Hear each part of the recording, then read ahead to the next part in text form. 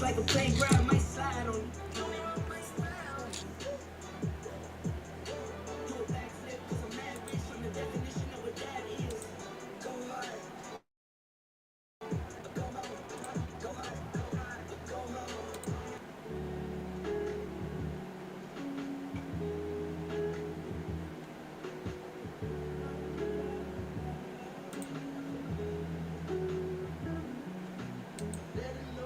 I gotta let him know.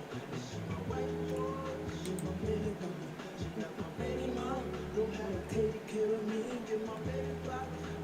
This, let him know. I gotta let him know.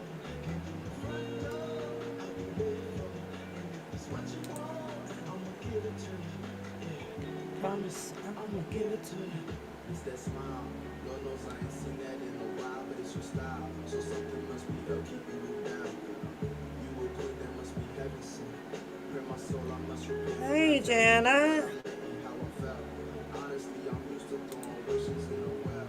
My conscience tells me that I could have helped, but I failed. Actions speak louder than words, so that's a lesson that I learned all by myself.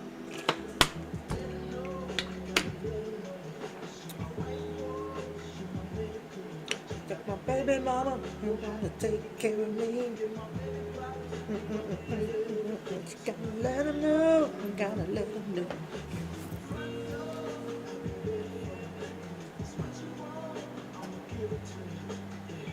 Promise, I'ma give it to you. Love.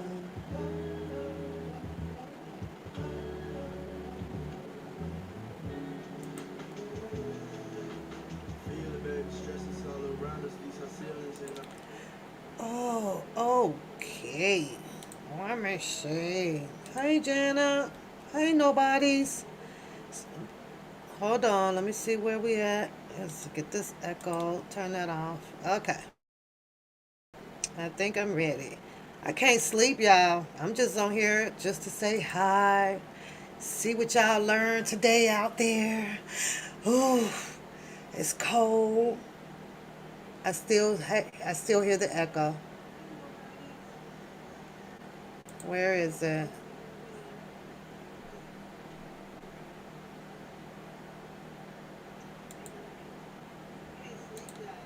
Okay. There it goes. It's gone. It's gone. I've been hitting buttons, Shannon. I've been hitting buttons over here. So I gotta come back on the weekend and fix all of this stuff. No, I can't sleep, girl. This shit, let me move this camera. This shit done gave me, I had to click off of it today, y'all. I couldn't watch nobody. I, mm.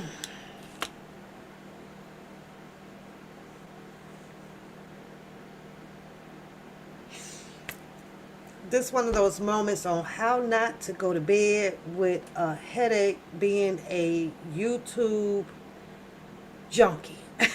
being being a YouTube junkie, y'all. Ooh, I would. Sometimes I be feeling like the paddy wagons just can it scoop through YouTube and kind of just put like I mean we need detention around here. We need detention. You got ooh, they all angry, y'all. These is some angry men. Angry men. Oh my God. I thought it was gonna be like the women, you know what I mean? Like the women, like, oh, it's the men. It's like blah blah blah and blah blah blah blah blah and you blah blah blah blah and I'm gonna blah blah blah blah blah and you did this and you did this. I'm like, oh my goodness, oh my goodness. But hey, Harlem, did I wake y'all up? Y'all don't have to stay. Y'all go to bed. I'm just not sleepy right now, so I thought I'll just sit up here and talk to you guys. Perspective. I caught your comment, perspective, on the show, and I got something differently to say about that of what I hear in Mr. Shabazz message, honey. I do. I do.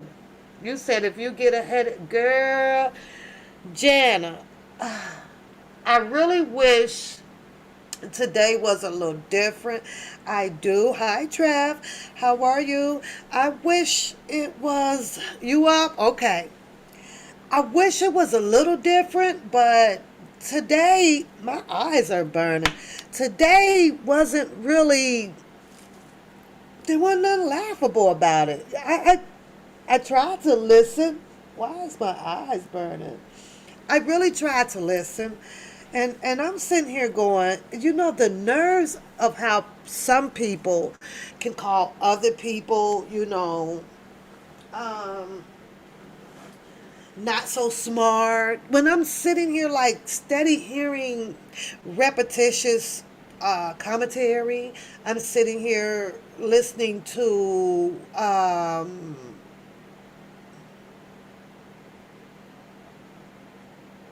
people, go and to their source or their receipts, and it's interpreted different amongst everybody. Obviously, it's interpreted because if you read it one way, Shannon, you're wrong, and Janet, if you read it one way, you're wrong, and Trev, if you read it one way, you're wrong. Everybody is so wrong, and I'm like, this is hilarious. Okay, Shannon. I meant Jana. I changed my mind. Some of it was hilarious. I ain't gonna lie. Some of it was hilarious, but for the most part, girl, it was like a headache today. It's gotten aggressive, aggression, bitter. I don't know. It's threats. It's schizophrenic. It's paranoid. It's everything that's going on out here. And when I hear this going, you and you and you, I try to revert back to where it all came from. I really did. And I'm thinking, you know what? Okay, I can understand this. I can understand that. Nobody's, is you up tonight? I just can't sleep right now. I'm going to sleep. You may hear the grandbabies too because they're here tonight. But, wow. Then you got nobody can win at all because they all, or we all, have the same symbolic commentary, and they just talk about each other. You're this and you're that, and you need this and you need that, and y'all know me. I better call my hair, but yeah, listen. I call my hair when I good goddamn ready to call my hair. That's what makes me me. I don't worry about what nobody else be saying out here. Oh, no bullshit about that unless you can pay this goddamn rent over here. You need. I don't take that to heart. But then you have your people, where, you know, in a very intellectual way, where they, it's a distinguished way of belittling people, and it's always going to be that pedestal, where a person feels they can sit up here and look down on another person. I was raised off of what someone in an area, an individual may be good in a particular area, make them a little bit more smarter or more, not so smart. But then you take the other individual, there's a lot of things that the other individual that can do that the not so smart person can do. I don't know. It's weird as hell out here, you guys. It is so weird out here. Me, on the other hand, I know why I talk the way that I speak on YouTube. I do. And I use or I say words intentionally on YouTube because I'm on YouTube. But if I bring you inside my real world, it's a total different venue in here. It's totally different. But on YouTube, man, you got to be able to just put yourself, not yourself, out here. If that makes sense to you guys, you have to. You put yourself in a position to avoid the dictation, the the name calling, because it's not true, or that's not you, or yeah. And I like sitting in the seat because I find it it's funny how, when people trying to figure you out, or know your mental thoughts, or physical behavior, or, oh my God, it's hilarious. But you have to know, you just have to be you in the chair, but different online. The way you speak, the way you move, the less you say, all of that stuff. You just be genuinely like you. And to sit in my seat and watch the outside world with the flabbergastic, analytical view on another individual, when you're not living in that individual's life for real, for real. Y'all, it's the funniest shit ever. It's the funniest shit ever. It is. Priscilla, did I wake you up? Butterfly, hey, I can't sleep. So I just came over here. I'm gonna join in with you guys in here in the chat. But Perspective Me was over on the As Is Entertainment podcast. Narration by Shabazz. I don't know his last name. I don't know if he has a last name, right? And Shabazz went really in depth today. Me, because I'm a little nosy, and I like to see how some people respond to certain messages. Okay, so I clicks on his comments. You can tell he was a little annoyed with a few comments, you guys. But how many of you guys, did you guys hear the As Is? Did you guys hear Shabazz podcast today?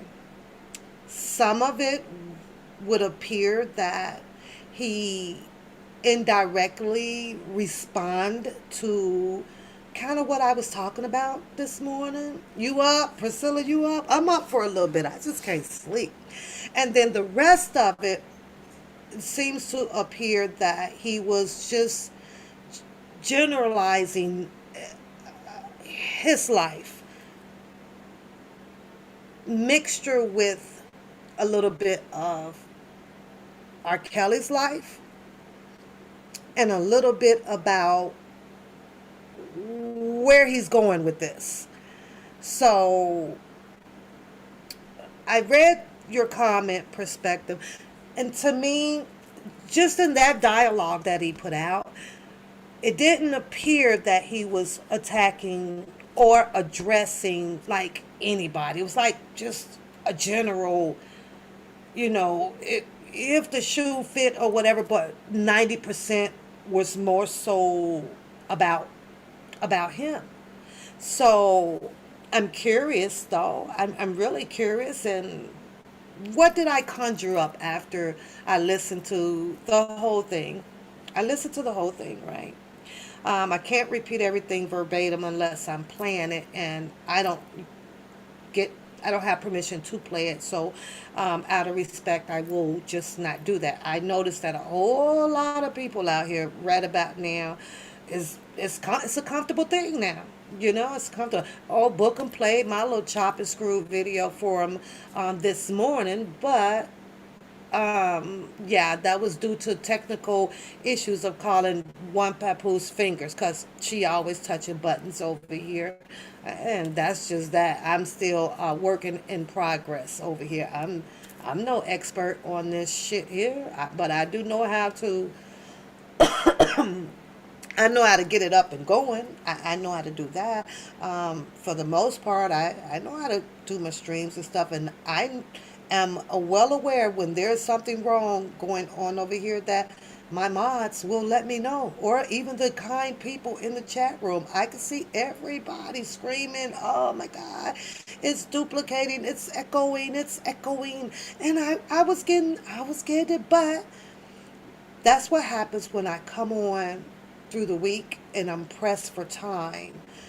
Work must come first, and you guys know that. So I just decided to jump on here. Yes, I had hit some buttons when I had got on here, and yeah, and I had about 3, 4, 5 different lives going on and trying to mute those. But Bookham thought that shit was so funny, y'all, and I had to laugh at the shit like, dude, and you're playing it like on your live.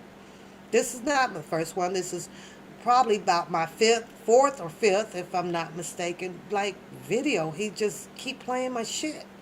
Like, okay, I guess it's fair act usage over there, even though I don't care. But I just had to point that out. It's a lot of that going on. I remember that it was, I'm gonna strike you, and I'm gonna strike you, I'm gonna strike you. But I'm getting back to Shabazz. But I couldn't help but to notice, though, Shannon, he played it not once, he played it twice. He played it twice, and the only thing that he had came back with was about the choppy ass video. And you know why? That was the only thing that he can come back on, because my opinions, how I feel about who I talk about, it's nothing personal. I don't know these people. I just click on and create a goddamn story from what I read or what I see in a video and just come out here to talk about it just like they do.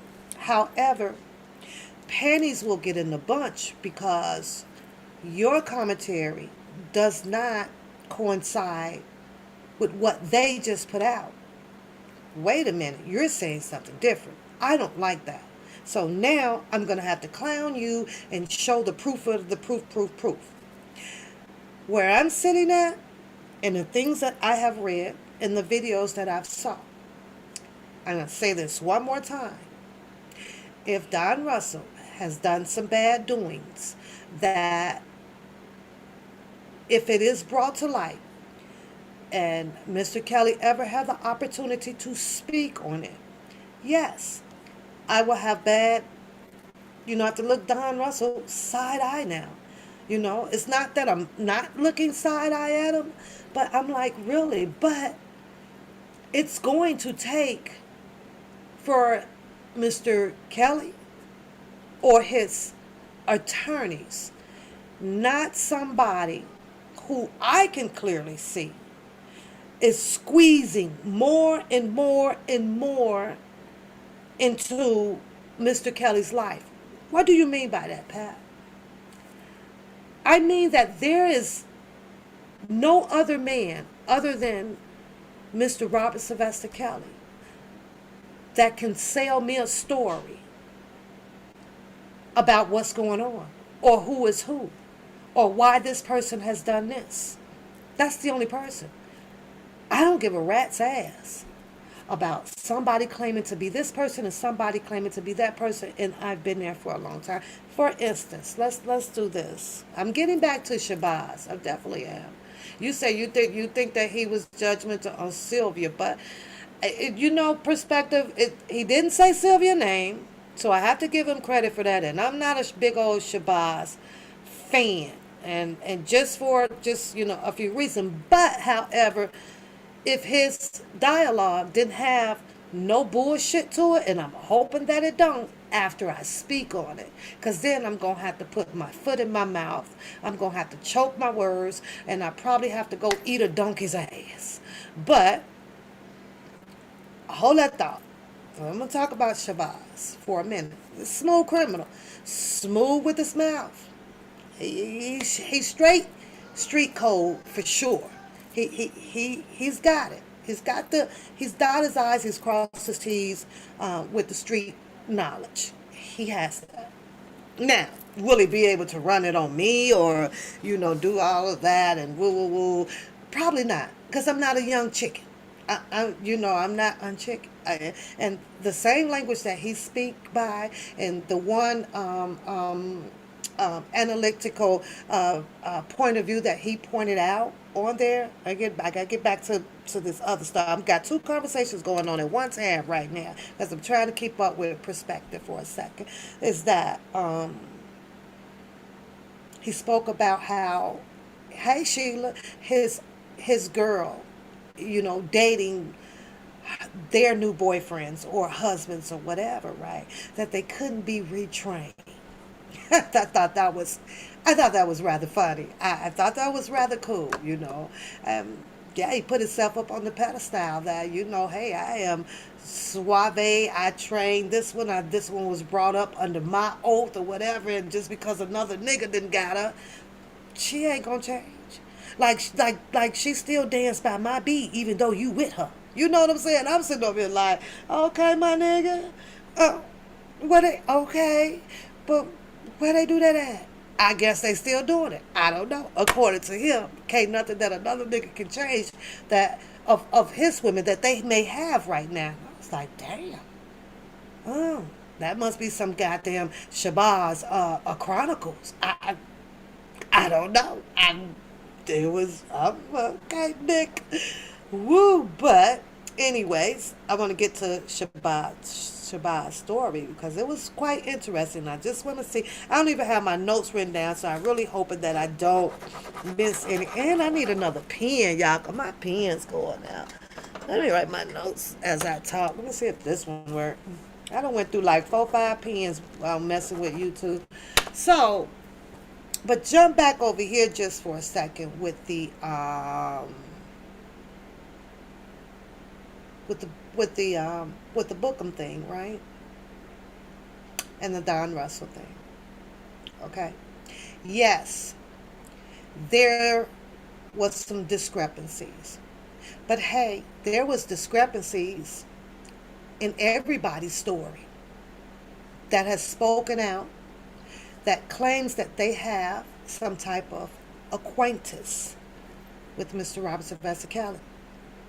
Do you guys agree or you don't agree? Y for yes, N for no.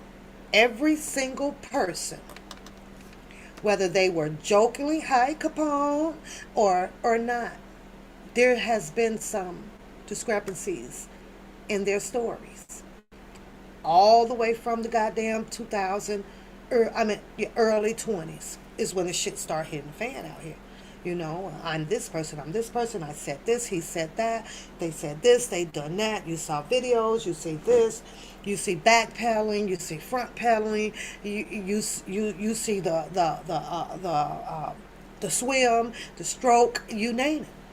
Every single person has done so. How is it that you can detect this? Overstepping of the words, fast speaking of the words. Most of the time, because of age, is forgetting what we say from a year ago or 2 years ago. But I've been sitting right here the same way with you guys and watched pretty much as my brain can consume. These people have said so much stuff out here. It's all foggy now. You know what I'm saying? It's like just foggy. But they all have. Every last single one may have said something. Or you have found a flaw in each one of these people pertaining to Mr. Robert Sylvester Kelly. I stuck to my gun. I stayed in my lane. There's nobody, absolutely nobody that can convince me or speak the truth that I would rather hear it from no other than Mr. Kelly. And if I'm not hearing it from him, do y'all think that, I hope that y'all don't, but I don't give a damn what these people say. I really don't. I'm not out here to rock with these people for their truth. because they're not the ones that got prosecuted. They're not the ones that's incarcerated. Had all of these people claim to be who they are and how they are for Mr. Kelly, the only thing that I could say is this was a sorry ass team. Let me put this street to you guys, okay? Mr. Kelly, no matter what it is that he was doing, when you rock, you rock. What happened to the code of if you go down, I'm going down with you? What happened to that? What happened to I got your back? No matter what. See, being on YouTube right now with all of this doesn't give them his back. His back is gone. They get to sit here now and just rebuttal and rebuttal and rebuttal, reminiscing. Reminiscing. Oh, if he would have, and oh, if I could have, oh, and I was this relations, and oh, I was this. No matter what the situation is about Mr. Robert Sylvester Kelly, having your dog back, you're going to have his back. Not only that, it would have definitely been more than one person incarcerated. It's no different from when the police ride down and you got 7, 8 gang members on one corner selling the crack, selling the weed. It's about 7 or 8 of them. They ain't taking one. They ain't taking one. Most likely, all of these guys are going to stand together, talk their shit to the police officer, and blah, blah, blah, and the police is going to end up taking them off. Pretty much. But that's what I've been seeing out here. It's everybody else's storyline. I didn't come out here for that. I ain't come out here for that. I got too much. I got too much shit going on. I got my life. So I do hope that they all be okay. I do, because I'm human and I don't want to wish bad on nobody. But do I give two shits about their stories, of how they can share their analytical views or their intellectual conversations, or talk down on each other, or call me this or call you that? I don't care shit about that. I'm choking, y'all. Might be this heat. Hey, Miss Denise, let me find me something, y'all, because I am choking. Maybe if I eat on a Twizzler, that'll do it. How you doing, Miss Denise? That's all I'm saying. Basically, everyone out here that I've been watching is pre like brainwashed. You ain't quite all the way, not everybody, because I know that there is some people that is really using their brain and just kind of sitting at the top of the tree with me and a little monkey. I got that too, perspective. I do. This is all the water I drink. You girl, if you knew how much I'd be spending on this right here a month, baby, this right here, 10, 20, 30, 40. I want to say that I'm at least $50 in debt to this water. That's crazy. I'm ordering it from Amazon. I hit all the stores, you name it. This is it. I don't drink no other water. I don't drink faucet water. I haven't had faucet water in years. I had to kind of boil it or, get the tap water, if certain things that I'm cooking, or I cook most of my stuff with broth. So, but that water right there, baby, girl, I be feeling like I be having so much energy with this water. The purified water electrolytes for tasting. When I say it tastes so good, this is some damn good water, y'all. So, but hey, Ethel, how are you? Hey. So, you say, I ain't got no joint. Okay. That damn Shannon. Listen, y'all. Shannon is a person. I can't go out with him. But we be laughing all day. I be riding shotgun. Shannon just be driving and cracking me up. Yeah, I swear to God. I can tell his personality. He's that. He has that sporadic. Okay, it's time to throw a joke in it in some kind of way. And we could be serious as hell. We driving. I know you can't drive to Hawaii, okay? I'm waiting on them to build a bridge because I'm gonna attempt to drive to Hawaii. But I could just see us and just vibing and kicking it, road trip with BFF, right? And then all of a sudden he just busts out with a goddamn like joke out of nowhere. Like, where the fuck did that come from? And then you can't help but to be laughing. So that's crazy. I keep getting a screen popping up. So I did something to my computer that I'm gonna have to fix. You say you're okay. You're paralyzed now, but you're getting better. You paralyzed what from the waist down? You just got out the hospital, right? Are you out the hospital, Miss Denise? Are you out?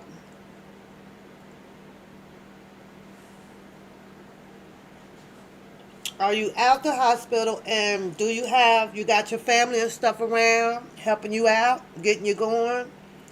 Hey, too cute. What's up, girl? So I'm just glad that you're better. If you're better, I hope you get better. Get better, girl. Get better. So that's what I'm really hoping because I see a lot of people out here, you guys. Lots of people. Okay. I'm trying to remember everything a little bit. I'm not going to remember all of the Shabazz thing. I'm not going to remember all of the girl. Look, nobody. They here. They in my locker. They on my desk at work. They everywhere. These are everywhere. This is an addiction. Don't get started with this. This is an addiction, girl. But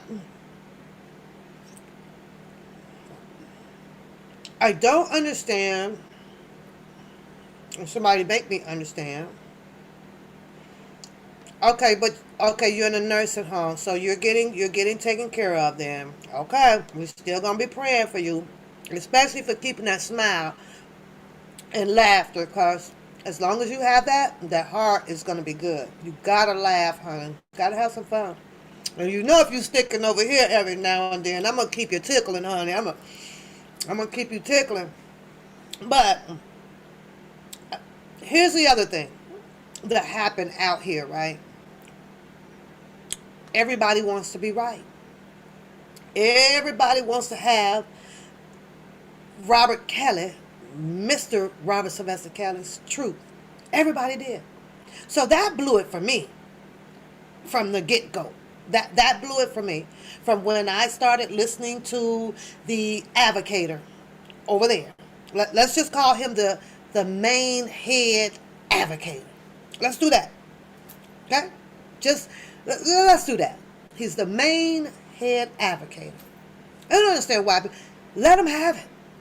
Let him have it. Because at the end of the day, getting Mr. Robert Sylvester Kelly released, it's not an easy job.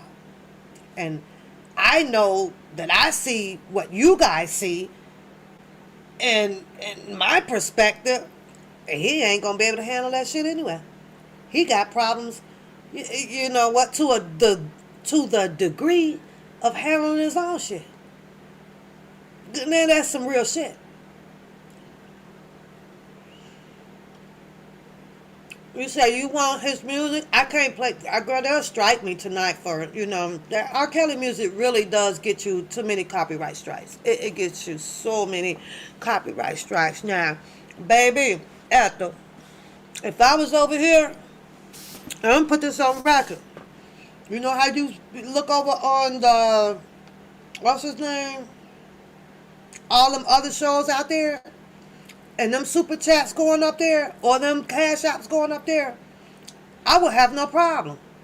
My problem is You play it on your show, different types of music. What you are earning on here, YouTube just takes it away from you.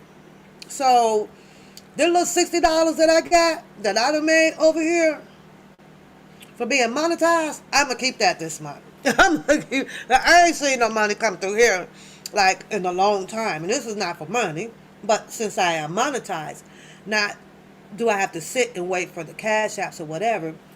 I'm okay. Well, I think it's like no, because it's 100 and I think it's like 110 that's when they'll send it out. So it's been times that I've sat over here and my monetization is set like at $60 for like 2-3 months till I finally reached 100, and then they'll send it out and deposit. And other than that though, Ethel, you have to pay taxes on that stuff. The only good thing about that is that you'll get a lot of deductibles on it. Yeah, you can claim your pencil, claim your chair, claim your desk, claim your computer, claim your microphone, claim, you put all that shit down. And I had all my receipts for everything. So that was a peasy, easy peasy thing to help with taxes. But, Mr. Kelly Music really had it has to be not only just his though.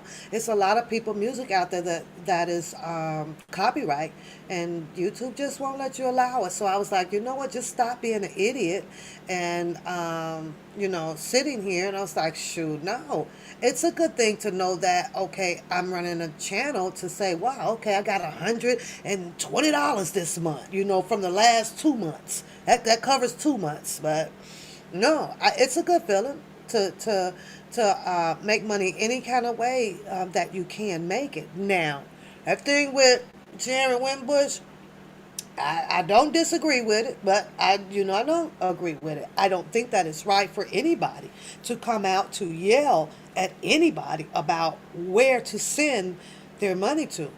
Everybody knows that Mr. Kelly is incarcerated. Mr. Kelly's Western Union has been put up multiple times. For finance that you choose to help finance Mr. Kelly with, that's your own personal business. I don't think that is something that nobody ever has to know about. Oh, well, I just never, me myself, I just never would respond to it. I didn't care about, I don't care about that. I don't want to know if anybody's donating or have you donate. I don't care. It's not none of my business. Hey, Charles. So, but today I decided to not go to bed with a headache. Somehow I was watching way too much. I got foggy up here, and I got a headache.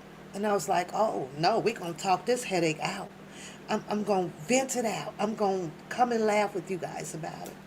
So I listened to Bookham, and it was just aggression. I think that, in my opinion, his aggression comes from not gaining the type of leadership that he assumed that he was going to gain. One thing for sure and two things for certain. I think that we're all still and steady going to be puzzled of one question. A lot of people may say no because he doesn't know him. He claims that he does. He was around. Whole bunch of back and forth stuff. Whole bunch of back and forth. But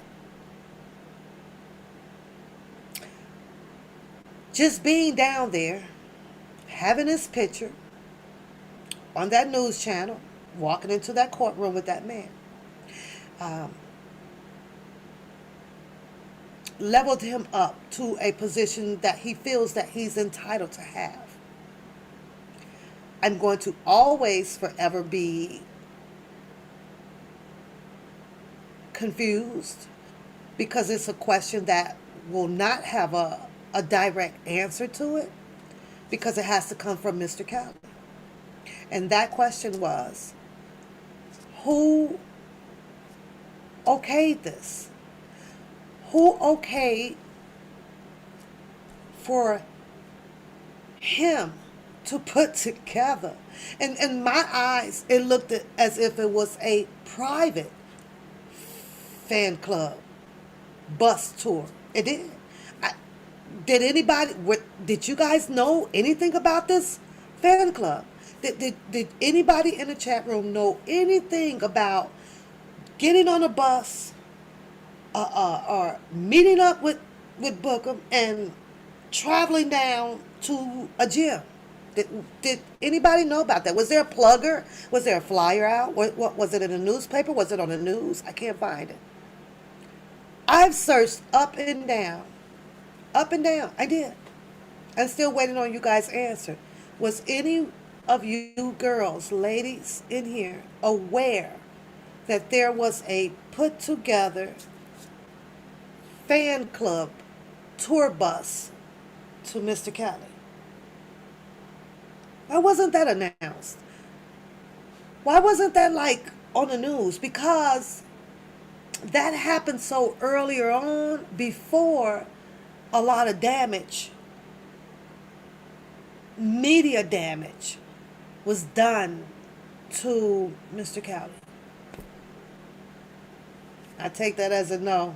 I guess I take that as a no. I don't know how to take you guys, because you guys are just staring at me. But so that puzzled me, and I will always be puzzled about that one. You know, couldn't understand that. Something big, for Mr. Kelly, and whatever happened with that situation. It just, in my eyes, it seems as if it was a private event. It was only publicized to just a few individuals, or something. I don't know. It's weird. So that's out there, and that has me a little puzzled with that. But moving on, the control aspect of it, of the leadership thing, of knowing the most, about Mr. Kelly.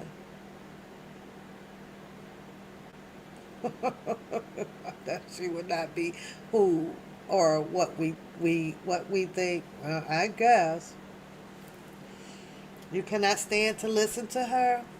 Well, at this point, though, too cute, it seems to appear that there's quite a few people that is validating for her.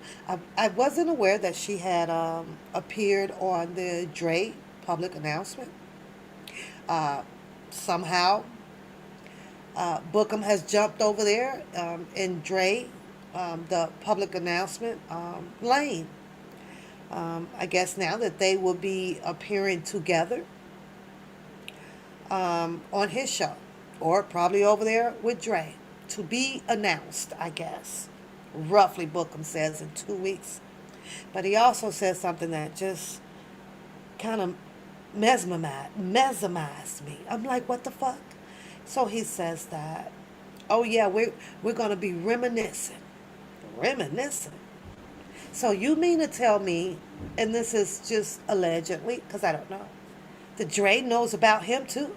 Dre never spoke about him on his channel for the times that I had been over there. And I'm not sure if the ladies have heard Dre speak about him. Hey, beauty. I just find that odd.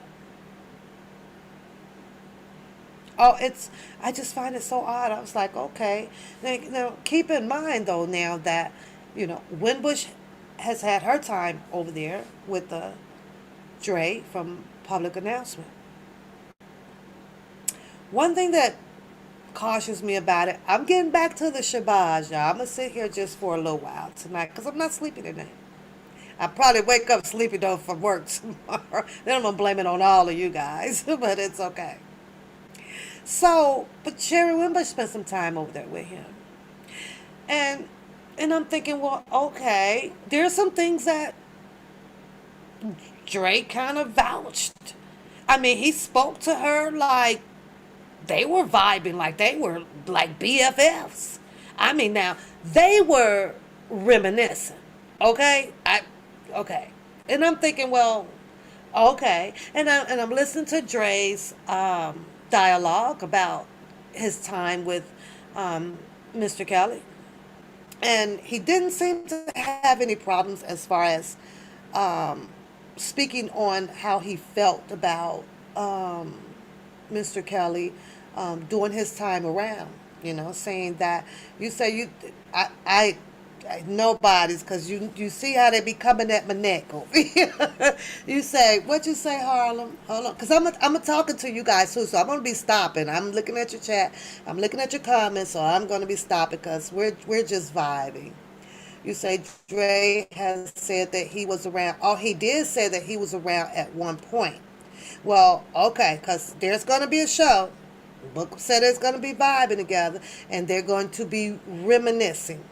So I'm curious, I'm interesting, interesting, interesting. That I believe, Queen Diva. I really do. I do believe you when you say that. I think that this is at a point now where, somehow all of these, that this volcano has now erupted and exploded to this extent because it's a possibility that Mr. Kelly was like, this is enough. Everybody go away from me. I kind of feel that energy. I do. Like, I can't do this no more. I don't know where these bullets are coming from, different angles of me. And they made it where it's so hard for him, in my opinion, to try to dodge him. Be, ghost in disguises. Doesn't know really who's who anymore. So I get that. But it's just letting you guys know that, yeah, they're supposed to be vibing together. I don't know how to take it anymore. I just really don't. And I comfortable with the lane that I have always been in. And that's just to speak about what they say. What they say. You say no, Dre, no Papoose. Dre said Bruce will be on.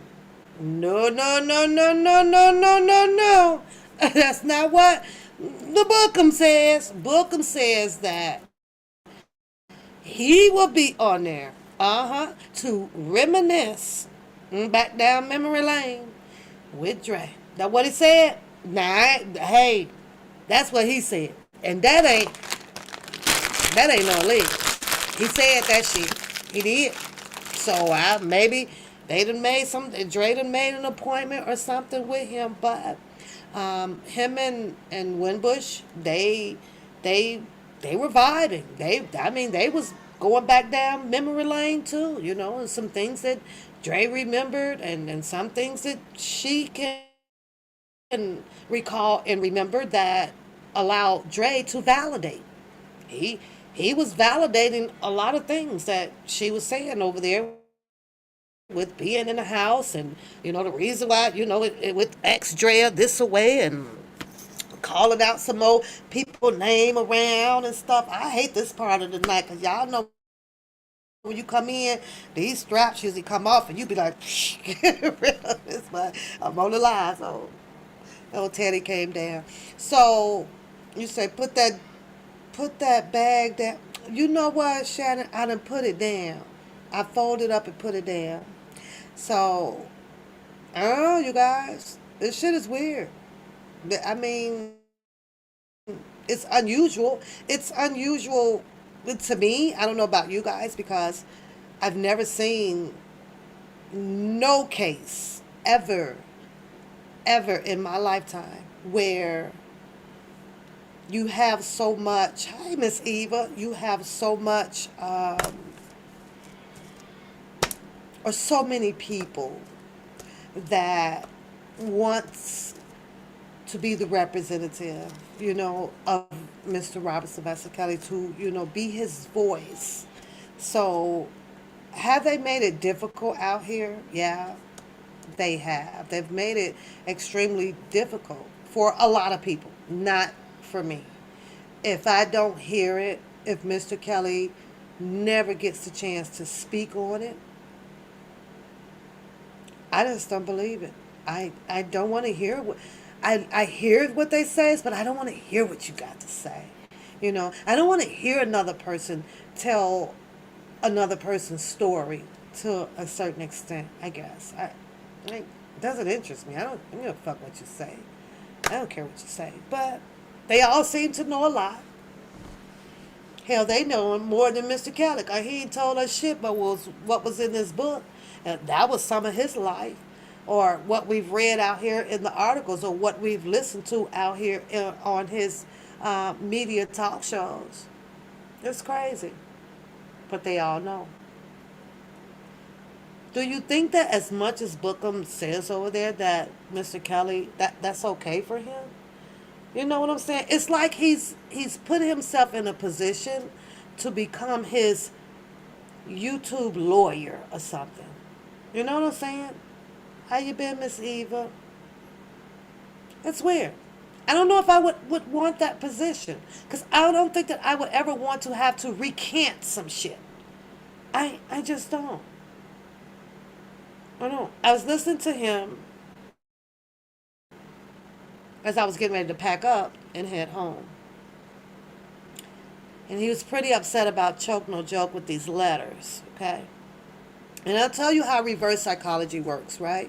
And I'm going to tell you, he really, really tried to pull one of it out. I did laugh at that shit, job, because it was funny as hell, right?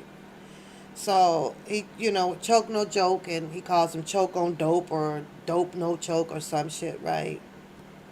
Calling people out their names and stuff. It empowers us as black Americans. It really gives us that power because it's just a substitution for your curse words and I'm bad. Like, I just called you a fucktard. That just made me bad. That just made me feel really, really good. That just made me have the biggest muscles in the world. You's a fucktard. Yeah. Feels good. He even told Choke No Joke, you could roll up, come slap me. Yeah. Now this is after he plays Choke No Joke, some of the old videos with Damon Dash and I mean not Damon Dash. I think it was it Damon Dash? Jermaine Dupri. I get them mixed up. They look so much alike. Don't y'all think that Damon Dash and Jermaine Dupri look alike? I think they look like. Is that the same two guys or what? I don't know what the fuck it is. But so he says that I'm getting comfy, y'all. Hey, Muddy. Hello, sweetheart. I mean, what do you think, nobodies? You don't think that they look alike? I always thought that they like brothers or some shit. I don't know. I'm like Damon Dash, Jermaine Dupri. Damon Dash, I know Damon Dash is the one that's go head to head sometimes. You say no. Yes, they do. Perspective, I promise you they do. They got like these round heads and these little short haircuts, almost the same skin tone and everything. They kind of talk similar too. Yes, they do. They do. They do. I can't even bring them up because I done hit a button and I done did something to this monitor over here. So I can't even bring them up though. But to me, they do. I mean, a little bit. A little bit. Okay, a little bit. But I get them mixed up sometimes. But Bookham gets highly upset with Choke No Joke about the letters. You say, yeah, they both bought. Exactly, nobodies. You know what, to be honest with you guys, I'm going to tell you two other people that look similar to me, even though I'm aware that they are two different people. Dre and Cousin Levi. Put them back side by side. And I know there's two different people, but put them side by side.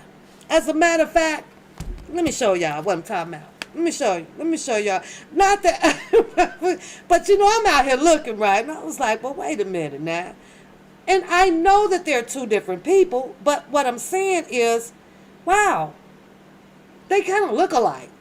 That's it. That's all. Let me see if I can find them and show y'all. Because I was like, they do. Have y'all looked at Dre and have y'all looked at like Cousin Levi from the side? Okay. Except for one is lighter and one is darker. And I know that they're two different people. Maybe it's the dark shades for me. Okay. See, that's who is that? Who is that right there, y'all? Who is that?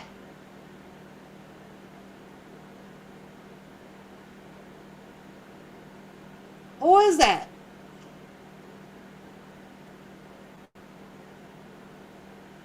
I'm trying to see if y'all can tell me who is that. Who is that picture, y'all? I just had the snapshot because I had to go. You exactly, Queen. I know perspective. I know we don't look alike. I know that. I mean, not all of us. It's the cosmetic wear that kind of would make us look alike. I mean, hell, I think a bunch of females with the long braids look alike from the back. Everybody look alike. Like what the fuck? Okay, so that's Dre, right? Now, because now y'all got me talking about three different stories at one time. So, but let me show y'all this one, right? And because at first I didn't know, and this was before like I was, visiting Dre's channel to kick it with Dre and come over and sit with Harlem and Beauty over there, right? And listen to his different topics, right? So now, wait a minute, where did it go? Hold on. Y'all think I'm lying out here, don't you? Don't you?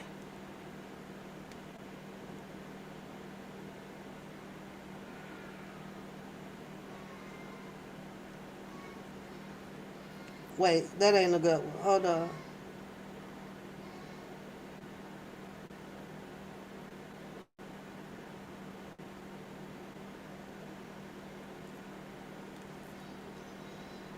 Okay, so, like, okay. So who is that? I'm just saying. So who is that? Huh? Who is that? I'm just saying. And that was before I knew, like I said, I was going over. I was like, wait a minute, these two, I took those a while back, right? And I was like, wow, these two guys really have similarity features, right? But then after I started listening to them, and the crazy thing about it, right? I know it ain't, I should be saying it, but they both have the harmony. So back then when I kind of looked at it, right, I was like, oh, I hope this is not. But then the more I kept going on Dre's channel, listening, I was like, okay, whoo, close clear on that one, you guys. Oh my goodness. I ain't gonna lie, that was some time ago. And I was like, wow, they have similar features. The dark shades, they both take the side shots, they both lean up to the side, and they both can harmonize here and there, whatever you call it, bird singing or whatever. I know that Dre is from Public Announcement, who also performed with Kelly back in the days for the 90s, right? So, I don't know. You say if you can't show your eyes because the windows are the view to the soul. Girl, say that again, baby. I I got to see you. Queen, I got to see you, baby. I done sat down too many times, and I'm talking about when you're doing loan papers or if you are um, you know, arguing at the step one grievance stage, and I gotta look, I gotta see what you're doing. Sure. Ugh, you say you're gonna have me find lookalikes. I'm just saying. I've been told that as a lot of people be like, "Oh, you look like somebody I know in my family." Well, you look like so and so, and you look like so and so. I don't know. I think I have this old, weird, unique look. I got my mom, and then I got my dad. More so a lot of my dad. My brothers have a lot of my mother. So, but that was a while back. I was curious, and I had to do some Snapchat. I had to kick at me. Hold up, these side views and these dark shades, y'all. But it has been validated. For thank you, sweetheart, for sitting over there, right? And I was like, woof.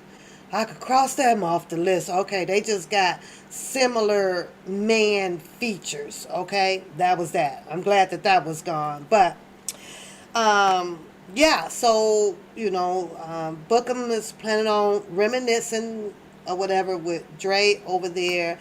It took me totally by surprise. I think one because just seeing Dre come out, and the way he speak and the things that he would speak on, sometimes it'll set an individual expectancies of an individual, if that makes sense to you guys. His character, his notations, his commentary, his dialogue, it was so. I'm sitting here thinking, oh, you know what? Okay, I can vibe on this channel. Never seen it coming. Never seen it coming. Where let me open up now. It's Sharon Winbush. I enjoy the other guys that came on there. Was it Earl or not Earl? I'm sorry. What's the other guy name that comes on with him? Beauty in Harlem. The other his other two buddies that rocks with him. I can enjoy their shows all day, and it's because those two guys that he did have on his show. Not sure if they still come as a regular, but I can enjoy them because they're not out here on the YouTube entangling or Rick. Yes, so and then the other guy too, Queen, the other guy that was on. He was on there listening while Sharon Winbush, Jimmy. Thank you, Lisa. Jimmy was just quiet in the background, but he was there. And Sharon Winbush and Dre was doing most of the talking. And it puzzled me because I never seen it coming. I know it is one way that people will grow out here in the YouTube channel with the Q&As with people. But I also saw him as I'm going to stay over here in my lane and just tell my stories pertaining to his time around Mr. Kelly. Okay? But it's not like that now. Hey, Tanea. And when we're talking about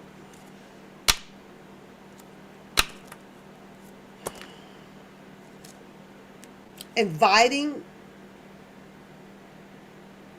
different people into your channel life, one, it does it can give the false perception. It can give some people validation.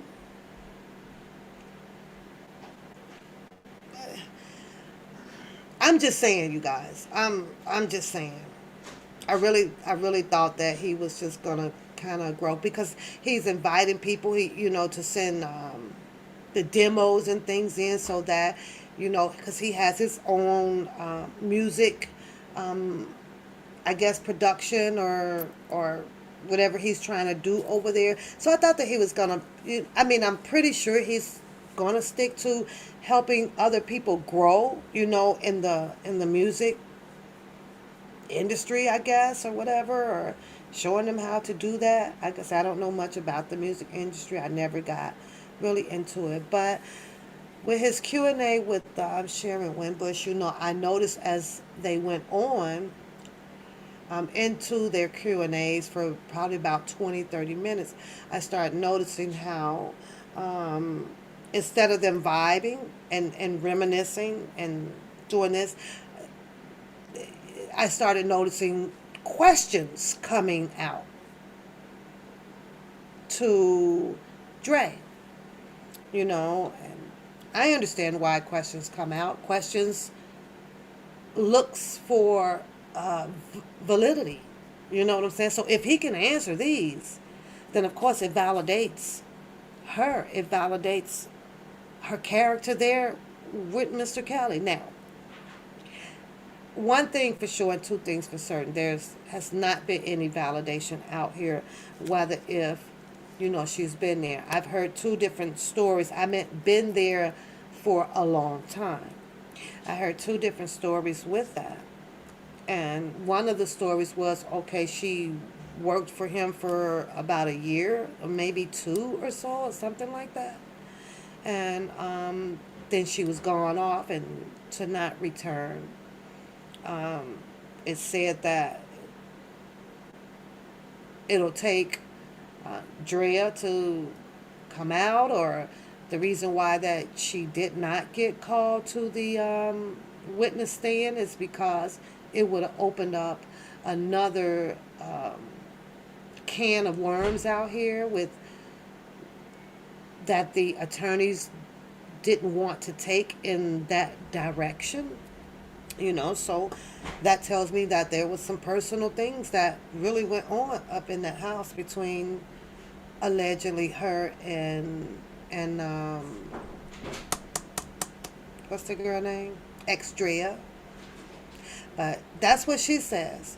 That's what I heard out here, Queen Diva. I was like, oh, I thought she said it was like a year or something like that. But if you go listen to it on the Dre Q&A, her math came out to be in 4 years. I think she said it was, when did 95, 96, 97, 89? She gave Dre 4 years. And I was like, well, that timeline is different from what was said earlier on when she first came out here. That timeline is different earlier on from another show that I heard her say, for about a year. But Dre got a different timeline over there. She gave him 4 years. And I was like, well, ain't this about a bitch? Ain't this? See, it's some things you hear, some things in our memory, it doesn't stick. But some things do stick. Where, wait a minute, that ain't what you said. That's not what you said. CHU, you said. That ain't what you said. It's all I'm saying. So you know what that tells me, because I got to get back to Bookham, then I got to get back over to Shabazz. That tells me that is this done intentionally, right? Because people are listening all the time out here under this umbrella. So I don't know. For the most part, do I think that she remembers everything that she says? I truly do. But I also think that she is no different from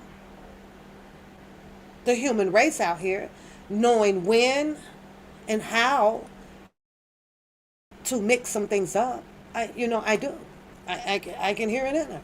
I can mix it up. I can say this over here, and yeah, so what, I said that over there. It doesn't matter, because that's going to leave everybody in a jam of still trying to figure out and keep her situation, as far as if she was this nutritionist or the dietitian or whatever, in an uproar and with a big question mark out here. Like, huh? Who are you? I just found that interesting to me. That's all. Because I was like, well, wait a minute. She said less than a year or something. And over here, it was about 3-4 years, y'all. At least 3 or 4 years, she told Dre. But Dre validated. Like some things that she was saying, like he was totally validating it. So I was like, wow. But when she started with the questions to Dre, now I'm sitting over here going, well, wait a minute. Is Dre being questioned? I thought that it's a different thing when I'm just sitting here and I'm vibing with you, Queen, or Lisa, and nobody's native. We're just vibing.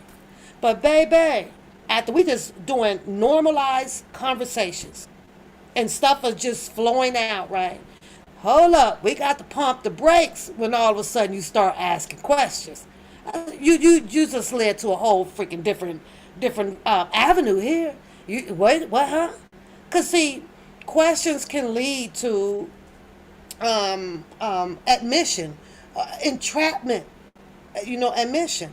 So it's like, well, no, if we're not regularly just vibing at some stuff and we're reminiscing and things are coming out about other things, other situations, that's one thing. But if you're going to start questioning me about me, we've changed the whole context of what's going on here. You want to know when I was there. Oh, you want to know what I cook? Oh, you want to know what I wore? Oh, you want to know, huh? Well, what happened to? Well, remember when we was all just sitting around watching Bill Cosby? You know when they was doing the dance thing, coming down the stairs, and then see that two different analogies. Oh look, oh stop the press. And I said that to say this to you guys. You have to know the difference. Know the difference when someone is trying to flip the attention on you, because you can have yourself caught up in somewhere where you don't want to be. That's all. You have to stay focused and know where the conversation is going to. I'm just saying. But the minute you start hearing those questions in a normalized conversations, nobody anything. Girl, we were. You remember we were sitting out on that porch on Wednesday, girl, and the sun was beaming so hot, girl. Woo, and we had our fans out, and whoa, whoa, whoa. Then all of a sudden, I just stopped and be like, nobody, yeah, because you remember when that guy came by in the blue or the red candy apple 4-door Chevrolet, and I saw you when you got in there. How you gonna respond to that? Nobody. I just flipped that whole conversation around on you. I just now asked you something personally about what you probably shouldn't even be telling me. That ain't my business. We was just vibing, normal conversation about the goddamn sun. How the hell did you allow me to come right in and ease a question up on you about some nigga that I don't even supposed to know about that then picked you up in a red can and you respond, girl, yup, he was fine, baby. I wore, you remember what I, no. You can't allow people to flip the script. You just can't, you just got to be careful. That's all I'm saying. Or you could have stopped me and Pat, bitch, that ain't none of your business. Who told you that? Can we carry on with about this damn son? Yeah, sometimes you got to know when to shut the shit down. But that's what happened over there. And that's he invited her. They had their Q&As, and it was okay. I sat and I listened to it, and it was okay. Hit the thumbs up, and then I left. No comments. I don't never leave comments on people pages at all. So Bookham has one coming up, and I guess he wants that same opportunity.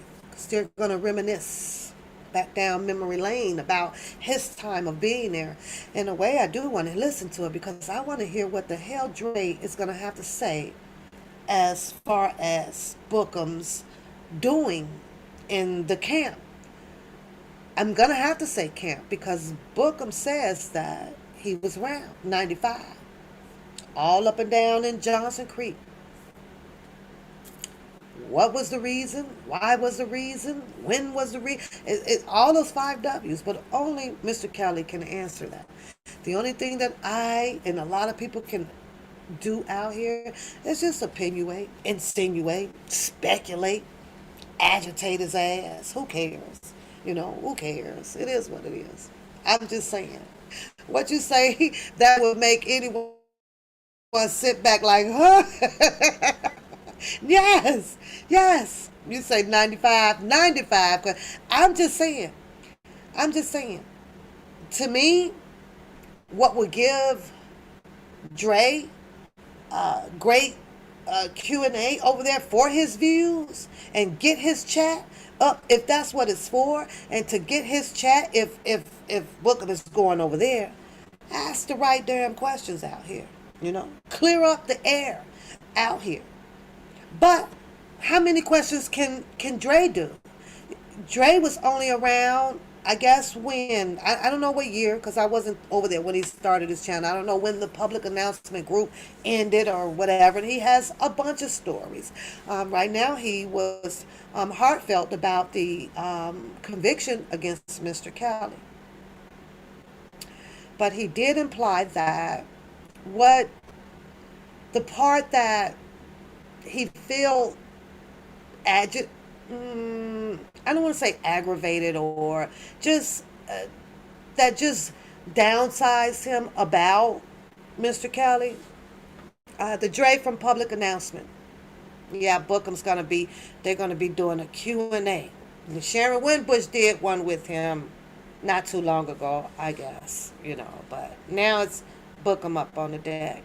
And just my opinion, I just was hoping, I, it's the life of watching Dre do his channel and talk about his things with different celebrities out here and bringing in some of his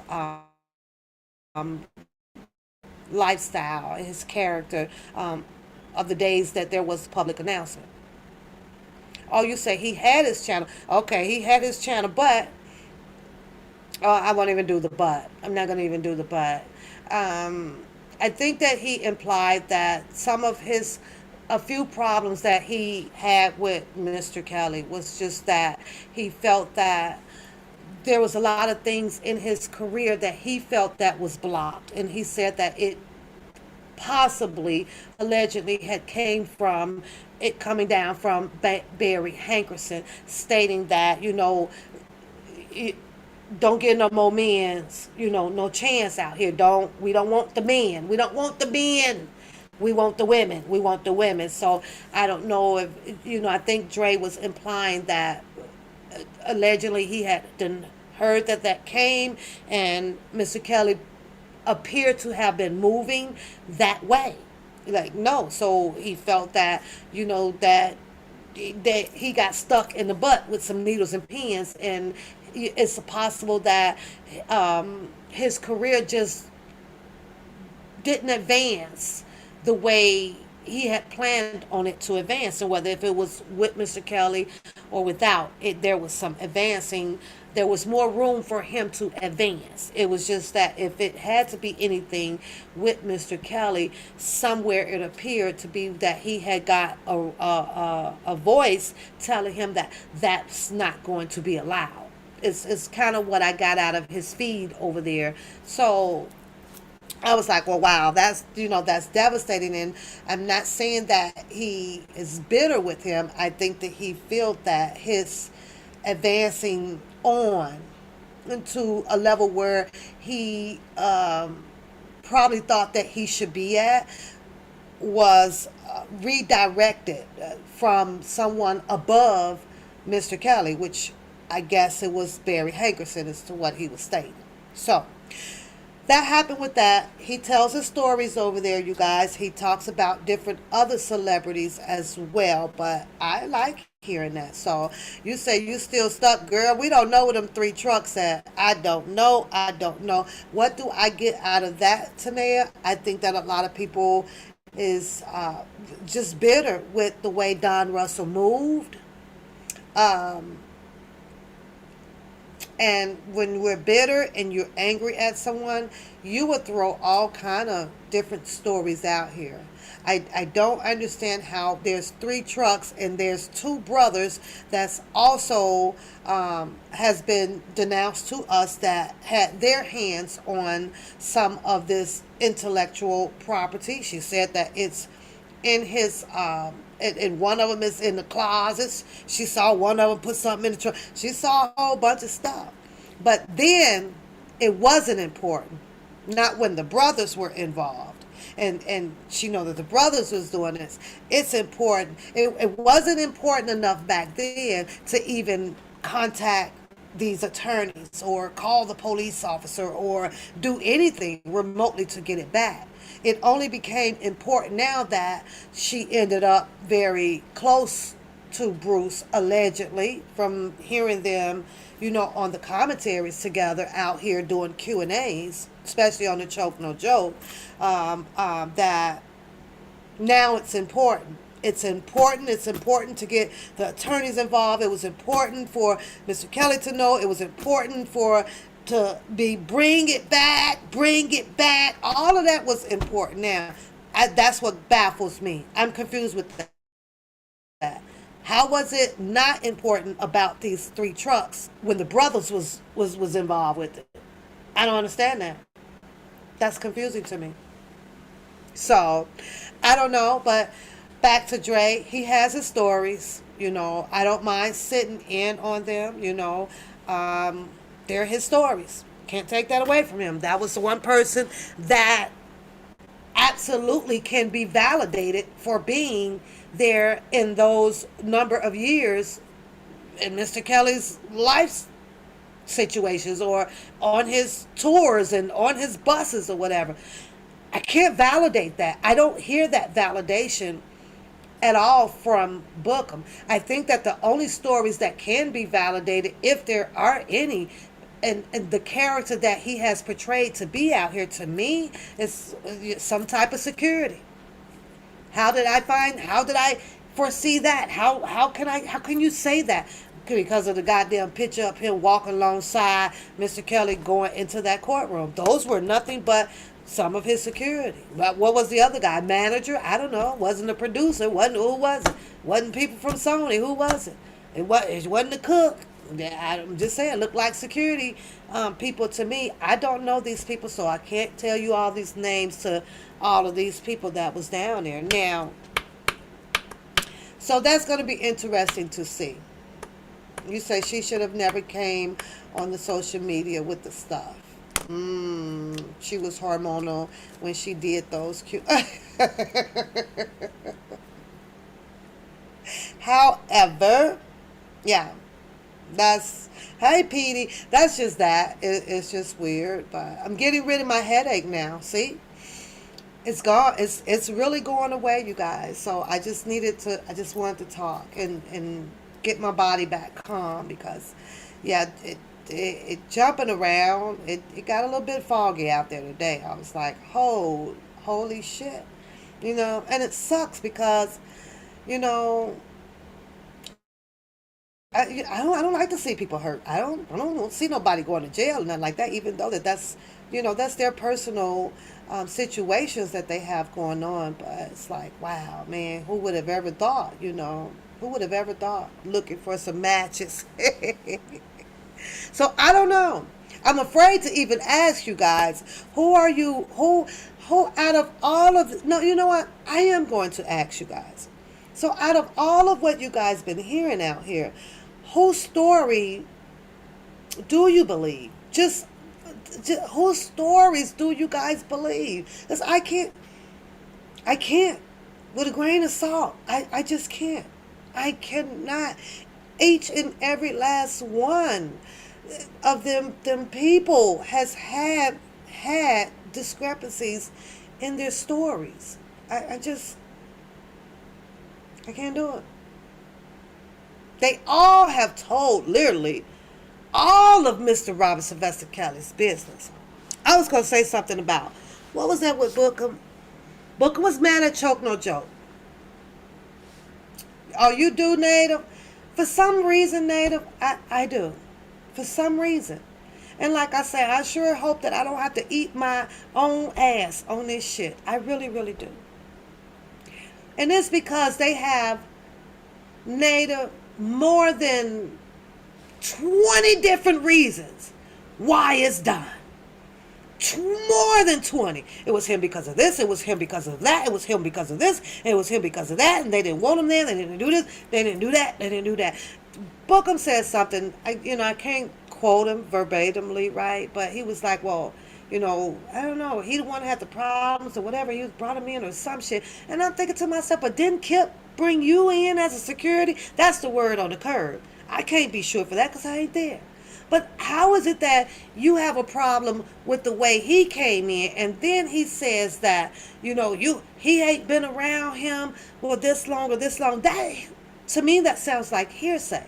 Because there has not been one person out here that can yet validate how long he been around. So I can't understand how one person is going to be so upset about to dictate how long this man was around him, when there has not been one person out here that has validated his years around like Mr. Kelly. So it's crazy. You think Don Russell was about the business? So I think that's when everything went to hell. It's when he realized that, I got to come out here and throw an anchor in this goddamn ship out here. I got to sink this shit right quick. Something is wrong, and which better way to do it? I think, in my opinion, that Don Russell as well. I think that he threw a bunch of shit out here for people to bite on. That's what I think. I think that he threw a bunch of shit out here, But wait a minute. hold it down, Russell. Let's go back to Choke No Joke and Booker, right? Because Booker all of a sudden then threw Choke No Joke a slapping match. Yeah. Said, you come on over here, say that to me. Now, mind you, Bookham gets really hostile listening to audio of a previous guy who was having problems with, or no, that was Damon. No, it was Damon Dash, Jermaine Dupri. Oh, it was Jermaine Dupri. Okay, it was Jermaine Dupri. Wasn't Damon Dash, right? That you. He was talking about how, Choke No Joke ain't got no more leverage in the game, and he was just this, and he's just this person, and if he left off and with recorded videos and things, he shouldn't be using it. But you know what? Jermaine Dupri announced that I'm too old for that shit. It is what it is. Just keep him away from me. Now, he set a dialogue out here that went way over Bookham's head. Here's what he says. I don't understand. This is what he says. This is what Jermaine Dupri says, right? But see, Bookham is so clouded up over there because he got to get the JD vegan ice cream out. He's got to get the JD vegan ice cream out. That the whole message of what Jermaine Dupri was saying to Choke No Joke, it didn't just apply to Choke No Joke. If you are using your mental functional brain up here, somewhere that knowledge, that little bit of knowledge, what he put out, you can take that and apply it to you as well. The whole scenario of his context, you can. He said he didn't have time for Choke No Joke no more. He's over that. He's past that. That's been 20-something years ago, right? With their beef. He also said, I don't know what kind of man would be sitting up with my name in their mouth every day, all day, but I'm not the person to go back and forth. He missed that part. He didn't want to hear that shit. There was a message in JD's context right there. But everybody claims that they're so freaking smart. And I'm pretty sure when you already heated up and you got that rat tail on and you just out here ready to sniff the cheese because you just want to be in some shit, right? You will let shit like that fly right over your head and not even take that smallest message and put your thumb under your chin and be like, oh man, maybe I should take that goddamn advice. Just maybe. No, he wouldn't hear that. Because his attack now was solely on Choke No Joke. It was solely on Choke No Joke. So he didn't give a fuck about JD message in there, which made plenty goddamn sense. He was focusing on the fight. That's the part that I want to know. Okay? So, Choke No Joke, Jermaine Dupri, don't see eye to eye for the past 20-some, 30-some goddamn years. But playing that, the message that Bookham played, sometimes you can assume that it's going to spark, it's going to ignite something. Maybe Choke No Joke will respond to me by playing this. Calling him, the rat, the informant, or all that shit, because the guy, Choke No Joke, took the stand against some guy, okay, and for whatever the case may be, the guy went to jail, blah blah blah. He's out. Things went on. The guy dropped. What you call that? When you going at somebody and you're rapping. He dropped one of those on Choke No Joke. He dropped it. I put it in my community last year. I was like, oh shit, this is the guy right here. I was over there on No for Fame on his channel. He read the whole freaking indictment over there on his channel, playing it out. But who am I to have any animosity or judge Choke about that. Choke ain't do shit to me. You know what I'm saying? But this is Bookham's behavior where, you know what? This record. Thank you, boo. I told you I ain't with all this goddamn industry and stuff. I'm gonna need some help out here when it comes to this music stuff, girl. I don't know this shit. So, now he found him some beef, which is about these letters. One thing for sure, two things for certain. You ain't too swifty in the reverse psychology. I'm gonna let him know that off the bat. Book him not. You ain't ready for that yet, because that man fails to fall into the mousetrap. Talk about choke, no joke. He won't do it. So, according to what's out here now, there's another letter. Bookham got upset, highly upset, because this other letter or whatever may end up looking bad against Mr. Robert Sylvester Kelly. Here's the difference of what he tried to speak about. If you are saying that you for Mr. Robert Sylvester Kelly, you shouldn't be putting out any negative type things. You shouldn't be saying that this is coming from Mr. Robert Sylvester Kelly. You shouldn't be putting this out as if this is Mr. Robert Sylvester Kelly's image. However, Choke claims that he has this letter.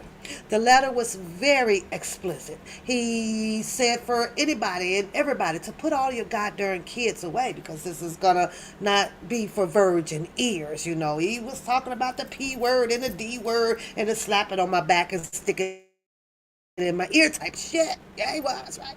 Booker mad as fuck, y'all. So, R. Kelly don't talk like that. Now, I ain't the brightest motherfucker in the world, but Choke no joke ain't the first one that done said all this. Don Russell ain't the first one that done said all of these things about Mr. Kelly. See, sometimes it's not recognizing who you for when you really know that you are for that person. But when someone wants to share some things that could be factual about a person, it's a hard pill to swallow. We don't want to hear that. We don't want to hear that. Sometimes sharing some truth will allow normalized person to understand the person that they're talking about a whole lot better. Can't judge Mr. Robert Sylvester Kelly because he liked it to have a sex in the ear or up your nose or on your back. Who the hell cares about that? See, that letter really was for a mature audience only. It's how immature people would perceive it just to keep up a goddamn beef. I'm just saying. I don't see him, and that's because he's not aware of it. Just these two individuals. As Don Russell said what he said in that video downtown in Chicago. But what did all of the ladies make him out to be? What was the difference? They're saying it. They're saying it. He loves sex. You had a doctor that says that he had to give him a shot. I don't know what the shot was. I can't remember. I'm not a doctor. You know, to get him calmed down. And it sure is obvious that, you know what? He's had a wife for many years. He's had 3 babies by somewhere. He's screwing something if he done made 3 babies. He's screwing something. So, as far as when it comes to being at a certain level of being, you know, explicit about a person, you just have to be mature enough to handle it. That's it, and that's all. Whether if the letters are true or not, you just be an adult about handling it. You know that if the shoe don't fit, you just don't put that motherfucker on. You just let a person talk. That's that. I understand that there's a Chicago case going on, but I also understand that there's going to be representation for Mr. Robert Sylvester Kelly down there as well. But Bookham has implied that because of Choke reading these letters, that can be harmful. Don Russell said some things, and that could be harmful. I don't know about all them other 3,000 people that's out there that I done heard the worst of the worst. Like Tasha K, for instance. Yeah? She done said the worst of the worst out here. You have to learn how to separate whether if you not for him or you for him. Because you can't dictate a person's, that's their opinion, that's their truth. Can't do it. You can rise above it, be like, say what y'all want to say. If you're confident about Mr. Robert Sylvester Kelly's case, if you're confident about who he has to represent him, shouldn't matter with what nobody say about him. You can say whatever hell you want. Because I'm confident that he's coming with the best representation that he can possibly have out here, down there in that Chicago case as well. So what the hell you want? Yeah, they can add more things to it. Yeah, it would probably make Mr. Kelly's defense work a little bit more harder. But one thing for sure, two things for certain. You can't control people's mouths because you put yourself on a pedestal. You did. If you're gonna sit up that high, you're gonna have to maintain your emotions all the way around the board. People gonna say what they want to say, talk how they want to talk, look how they want to look, read what they want to read, rebuttal if they want to rebuttal, and it is. But see, the smartest people let it fly. Because your confidence comes from your mentality of just knowing what the hell Mr. Robert Sylvester Kelly has as his backing. And that's it, and that's all. Say what you want to say. Don't give a shit. But that letter that man went to reading over there, it was explicit. And he said that it was going to be. He said that it was. Robert Kelly wouldn't say that. Last I checked, I don't think that he and a whole lot of other people out here grew up with Mr. Kelly. I don't. So I don't know, and neither do these people really know what he would say. Don't know. I don't know. I know him. Right. Right. And I'm getting to the Shabazz because that was part of his message, too. That was part of his message, yeah.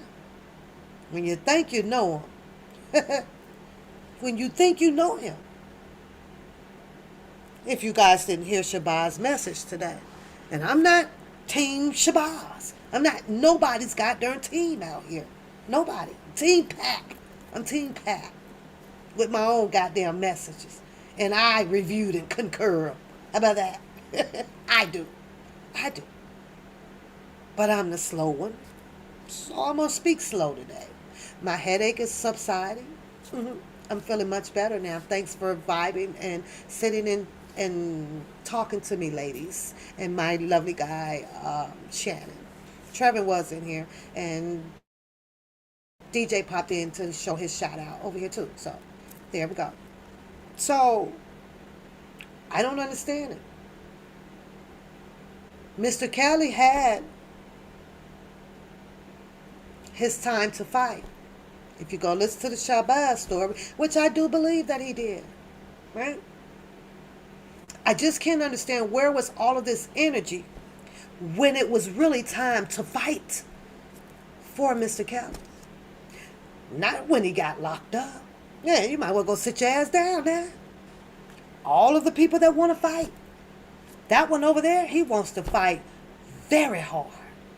You can't say this, you will not do this, and you can't do that. Don't you read that? That shit ain't true. Oh, I know about this. I was there with that, and I did. What? And this investigation started when?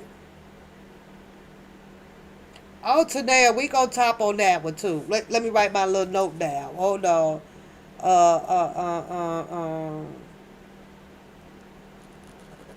Oh, not that pen. That don't work. We gotta watch. I'm gonna tell y'all my allegedly where Shabazz is going with his story. I'm gonna tell you allegedly. It's another thing. I'm gonna write this other little catchword down that he kept saying over there too, which I found funny because I was cracking up. I was like, really, dude? Wait. I gotta write down this too. Red velvet. Okay, because like I said, I can't play his video. It's not mine, and I will not play it. And I cannot recite him verbatim. I'm just going to randomly just put some things out there, you know. It is what it is. I am going to go back and read perspective comment, though, because it was pretty good. It was pretty good comment, so. Where was their fight, y'all? That's all I got to ask with that one. Where was their fight? Wasn't about the magazines, though, Lisa. It's not just about his magazine sales. Nope, but I'm going to write that down, too. It wasn't just about that. Baby. And he made something, he said something. I don't know if it's true or not. That's Shabazz story. If you go back and listen to how he talks about that documentary, when did it stop? Write my notes there. He talked about that. And he also talked about, but he didn't drop no names. But he might as well had them drop some names. Because I'm going to drop a few names. I'm going to drop a few names. Because to me, it seems like it was quite a few people that was about to drop this documentary. That was included in this documentary. And there's one name that I'm probably, it's going to be allegedly. It's going to be allegedly, but I'm going to drop it. And I think, well, that's one of them. That's one of them. That's one of them, I'm going to write that one name down too, buddy. I'm writing my notes, so we go do the Shabazz. But in my ending of this whole rant, raging bulls out here, it's really a little too late. It's a little too late. Too little, too late. Because when that man was standing out there with that other man that had on a little blue jean jacket, and Kelly was sitting out there, I guess, walking his dogs, way before then, up in there, is when all of the protection that these people claim to have for him, all of the love that you claim that you have had for him, you wasn't there for him. And that's just that. The only thing that you're good for right now is just telling these alleged stories about him.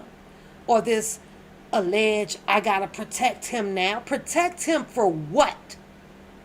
Protect him from what?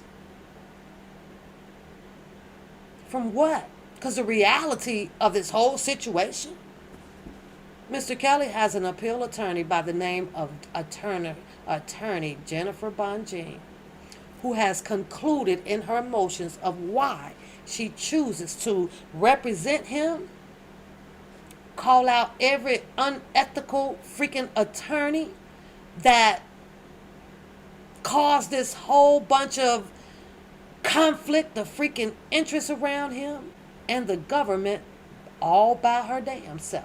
She don't need a YouTuber bodyguard for Mr. Kelly. Nah, she don't. Nah, she don't. She got that. She got it. She got it. And it is some facts. And it's a very factual statement that everybody puts out here. Had his original attorneys were upfront with who they can be. Even if Stephen Greenberg was just the silver and never worked at the federal. They brought a federal in. What was his name? Tom. What was the guy name? Mesero. Somebody. What was the guy name? Yeah. Just maybe. There's always that maybe. But the public, the same people that stood and walked these streets together. Public opinion is not the law. I will never forget that phrase. But yet then, when we all come to the YouTube streets, we got to watch the whole public opinions with their laws. And that's something. Everybody had a freaking law. Everybody on the YouTube street had a freaking law, y'all. I was like, what? Did we just contradict ourselves? Public opinion is not the law. Public opinion is not the law. And I come over here on YouTube, and man,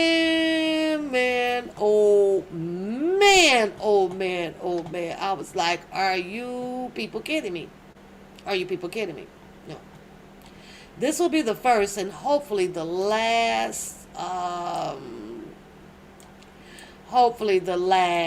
don't know, hopefully the last World War, because this was like World War IV surrounding a federal case like this. This shit was nuts. It was nuts.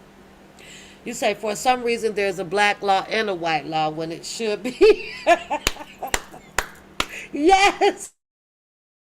Yes, say it again. Say it again. Say it again, girl. But it's been fun. It's been interesting, and they call everybody dumb, everybody stupid, whatever. But from what I can see out here, everybody is just ingenuous, uniquely made in their own ways. To some, we're going to make sense. To some, we're not going to make sense. To some, you get to use 16-letter words. To some, you don't have to use 16-letter words and still be perfectly understood. Yeah. I like that Army quote, be all you can be. They just left out one thing. Be who the fuck you want to be.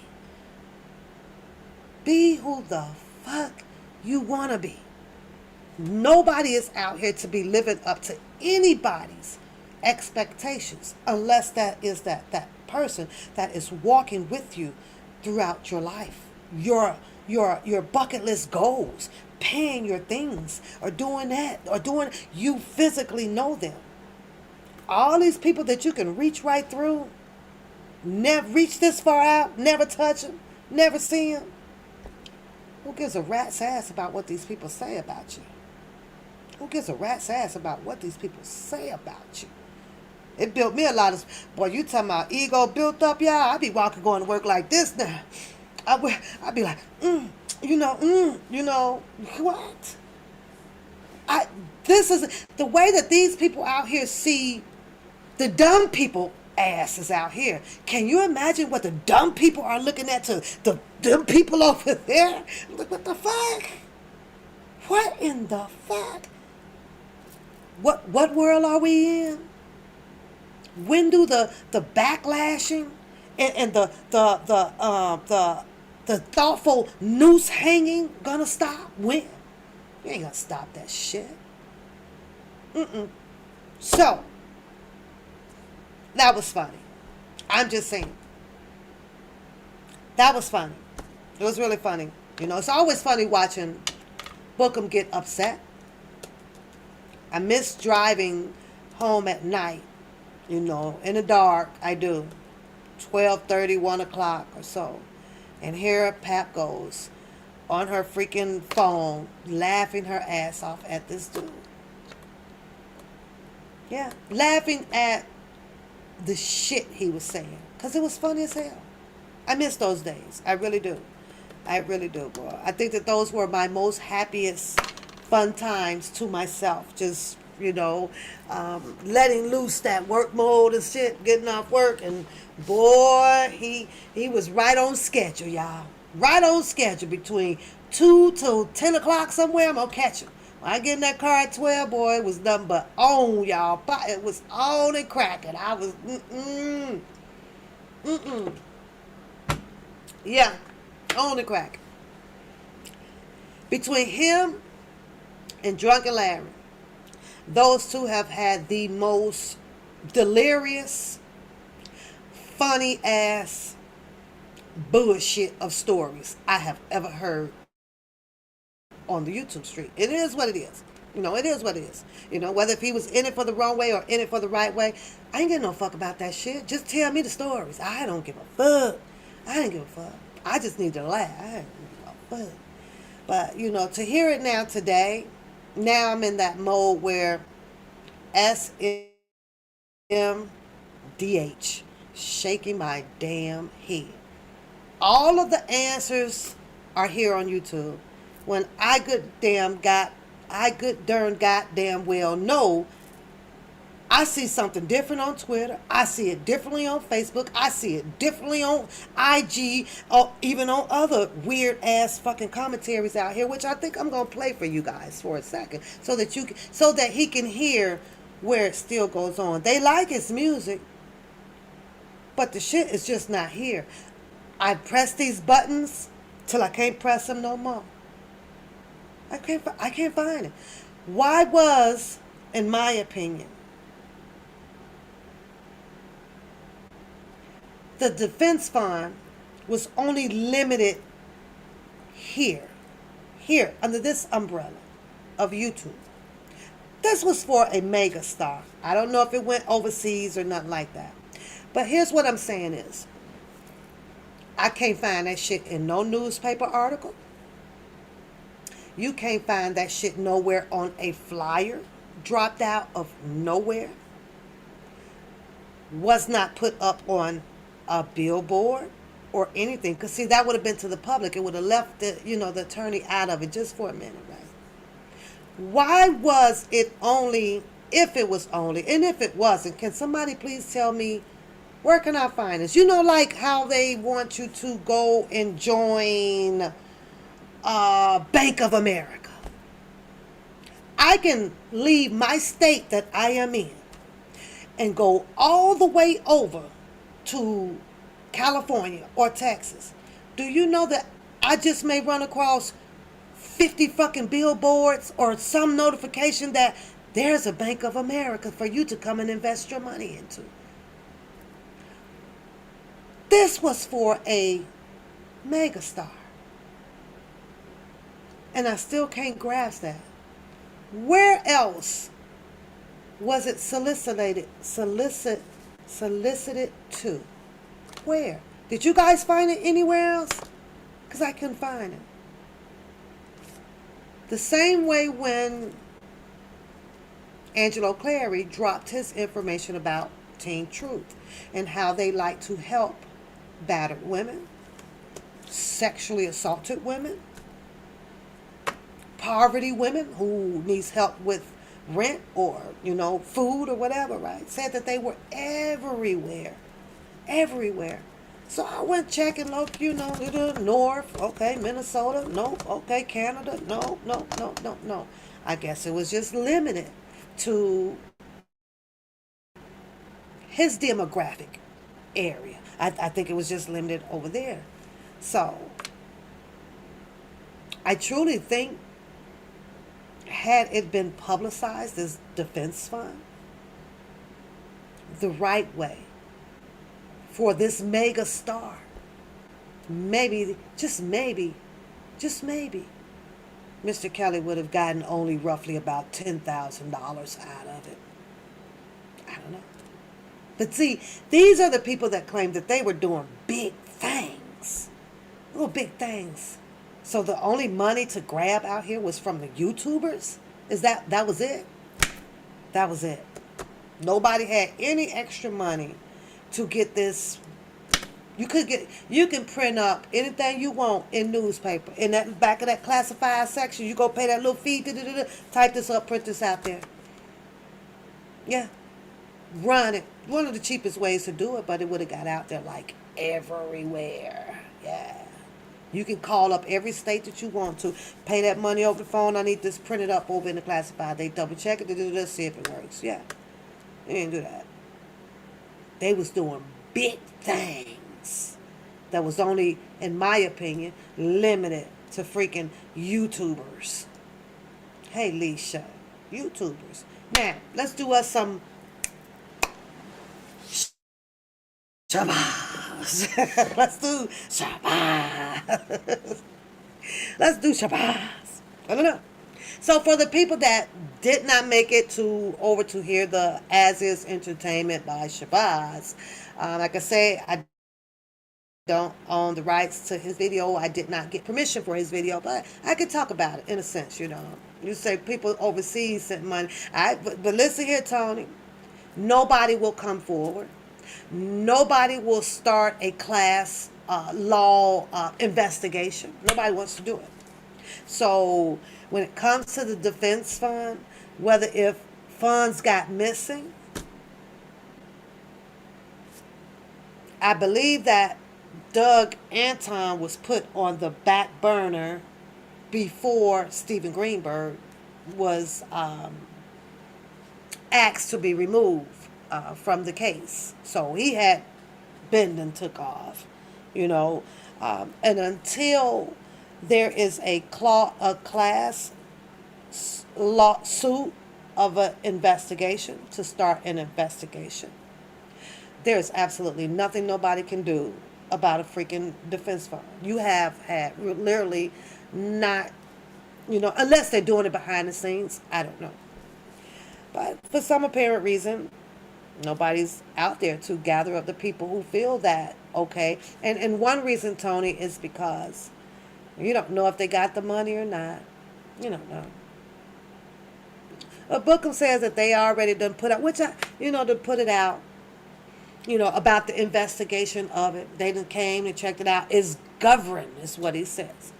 Now, I'll tell you what I can, not verbatim, but what I heard Douglas Anton explain himself, that he said it was governed overseas through the PayPal thing. Not sure what that meant. I'm not sure how PayPal has something where it is in a trust fund, because the name that he gave for the freaking trust fund allegedly was PayPal.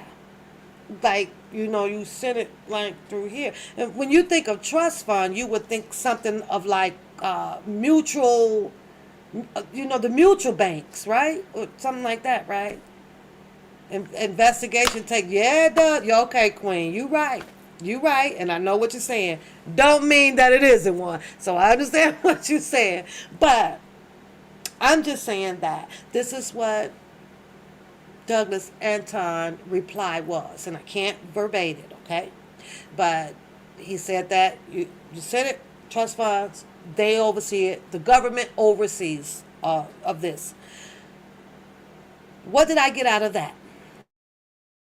Well, let me tell you this. This right here is what you guys have, right? This right here.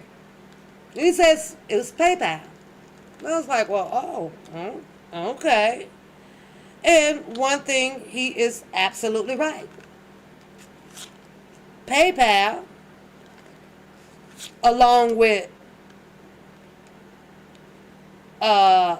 this one, this is Chase. Not this one, because this is a credit union, but with this one right here, this right here. Everybody's PayPal is governed. Okay? Everybody. Mine's, yours. Meaning that, yes, the government can see everything through this one and everything through yours. So I didn't quite get that. I was like, huh? What do you mean? Because the same government that can look inside of Mr. Robert Sylvester Kelly defense fund, where the money was going to the PayPal, is the same freaking government that can look at my shit. Now, this is what got me with that, right? Well, we got to get to the Shabazz story. But this is what got me with that one, because he says that only he, after Bookham set it up, only he has the access to it. But then Bookham also says that he changed the passwords to him. Did he? Y for yes, N for no. I'm not sure. Then Bookham says that. Oh, and then Douglas says that. Well, but when he got hold to it, he changed the password to it. Now, this is something else that's going to get me, right? Because PayPal been around how long now, y'all? How long? I need my other screen up, and I can't get it up. PayPal been in existence for how long, you guys? Does anybody know? Somebody Google that for me right quick. Let me see if I can get it up. I gotta fix my other screen because I pressed the button, y'all. Okay.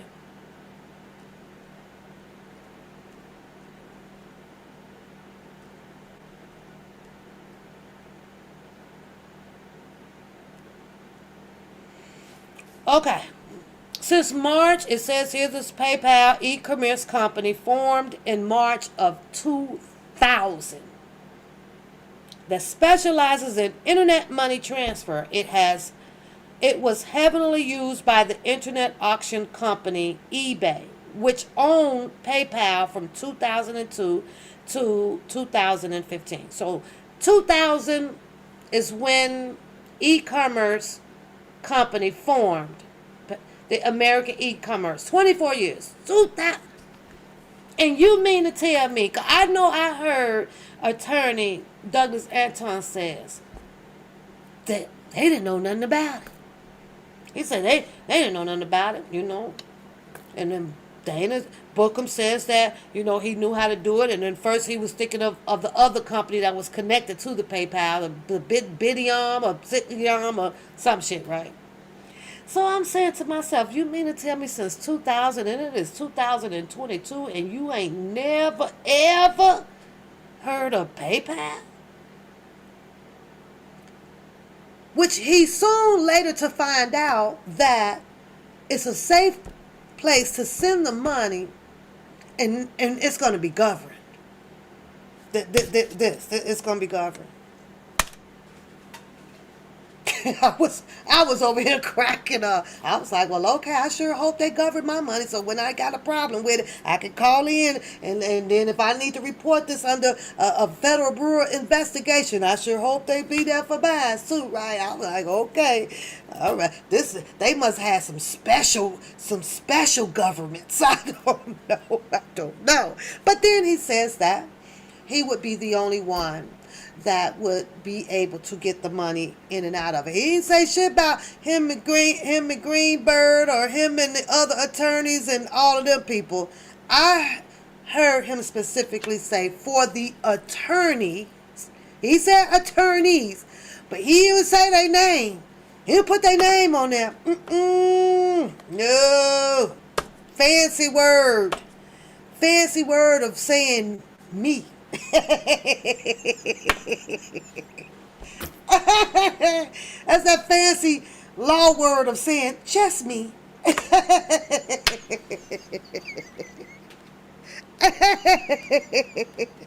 Allegedly. Okay, allegedly. I just had to drop that one in there though. Yeah, that's allegedly. But I did hear it. I ain't lying. So he says that. And he says that it is for Mr. Kelly's defense for whatever he needed to use it for. He said it was for whatever he wanted to use it for. I was like, okay. All right. Okay. I guess, Kelly's attorney fees got to be paid. So hopefully, since that amount was established, I sincerely hope that Mr. Kelly has no prior debt. I do. Being owed for anything to Greenberg or and Douglas Anton or and the other attorneys that was up underneath him at that time, that I hope that the defense fund, because I'm sure if it went into this trust fund and everything, right, somewhere it went into one that had a good dividend, a good return on interest. So if they let that sit for about 3 years, that $10,000, right, then let it sit for about 5 years.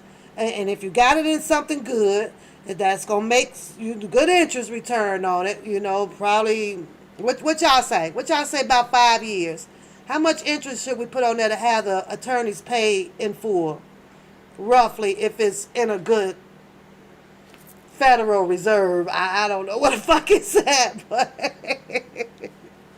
let that sit in 5 or 6 years and go ahead on and withdraw it out and pay them off in full. I don't know. But the shit was in the paperwork, It was in the paperwork. It ended up in the paperwork that, the government will feel that Mr. Kelly would have possibly have found a way to flee, or because it was very easy for him to obtain help in any manner, some kind of manner. Well, in this manner here ended up being social media here with lots of his fans. I don't know if that really bothers Bookham at all. Yes, the very highest one, 5 years. Let's put 5 years of interest on it.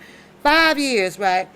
With even seeing that in there, because I was like, damn, I didn't think of that, when in fact that situation, that discussion was brought up in the Chicago a court hearing.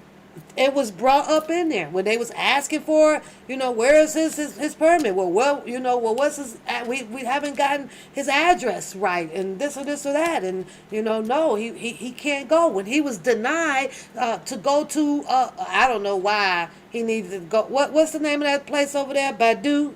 Is it Badu?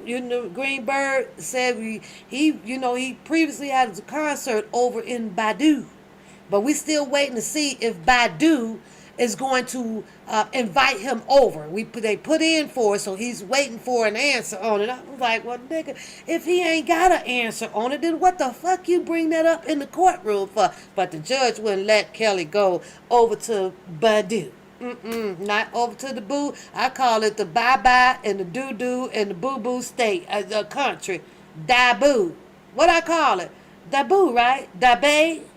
I always mess that up, Queen Diva. I don't want to go there. I know two people that been. Da-boo. Da-bay. Which way? Break it down for me. You got to break it apart. I hate that word. Dubai. Dubai. Dubai, right? It's Dubai. Abundance of money from the defense fund. I wish them well on the defense fund. Everybody that donated to it, you just pray over your money and just wait for it to come back to you tenfold. That's it. Just pray on it, because there has not been anything pushed out here as far as people Dubai. That's what I said, right? Dubai or Dubai. Badu. Yeah, I know I always mess that word up. I'm going to have to go there just to remember it. It is called, what is it called again? What you say? Dubai. Like bye-bye. Do bye-bye. Bye-bye-bye. Okay, I'm going to remember it. I always mess it up, y'all. Dubai. Dubai. Dubai. So, I don't know. I was actually thinking that they were going to really get her music going over in Dubai. Azariah, I thought she was finna go over there and really put them hits out over there, y'all. Come to find out, I guess she only got one song made. Badu. Well, that's Erykah Badu. I know Badu. Shut up, doo-doo. Shut up. See how y'all be picking on me? But my headache's gone. And for some bad.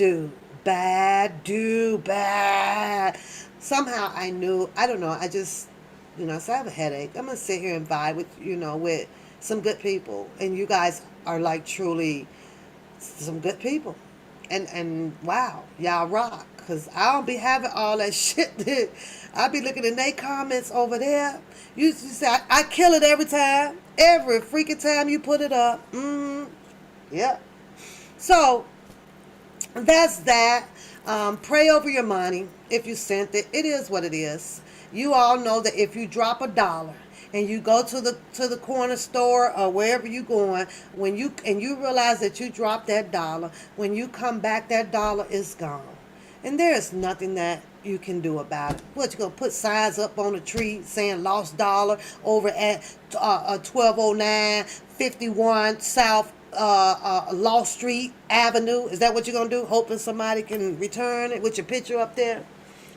Unless you want to be doo-doo on, don't do it. What you say, Tony? I think Frogface set up the whole defense fund and that crooked computer scam that he was doing. You say you gotta catch him, on the way. He said they done been to his house. Said old Sylvia sat outside his house and everything, and they didn't find anything. So what do? Erica Badu is a girl. I love me some. I like Erica Badu. I do. I'm glad that I haven't heard anything come out about her. Not yet at all. So yeah, yeah. You love her. You like Erica Badu. She's smooth, right, Lisa? She's very smooth. All right, let's do us some Shabazz. I know I've asked y'all probably twice or three times that you guys listen to the As Is Entertainment commentary today. Listen to his dialogue. Yeah. Let me ask the chat, what do you guys think that Shabazz is going with this? Where do you think he's going with this? Huh? And he dropped a hint. He dropped a hint right at the end of his commentary. At least I thought it was a hint. I thought it was a hint.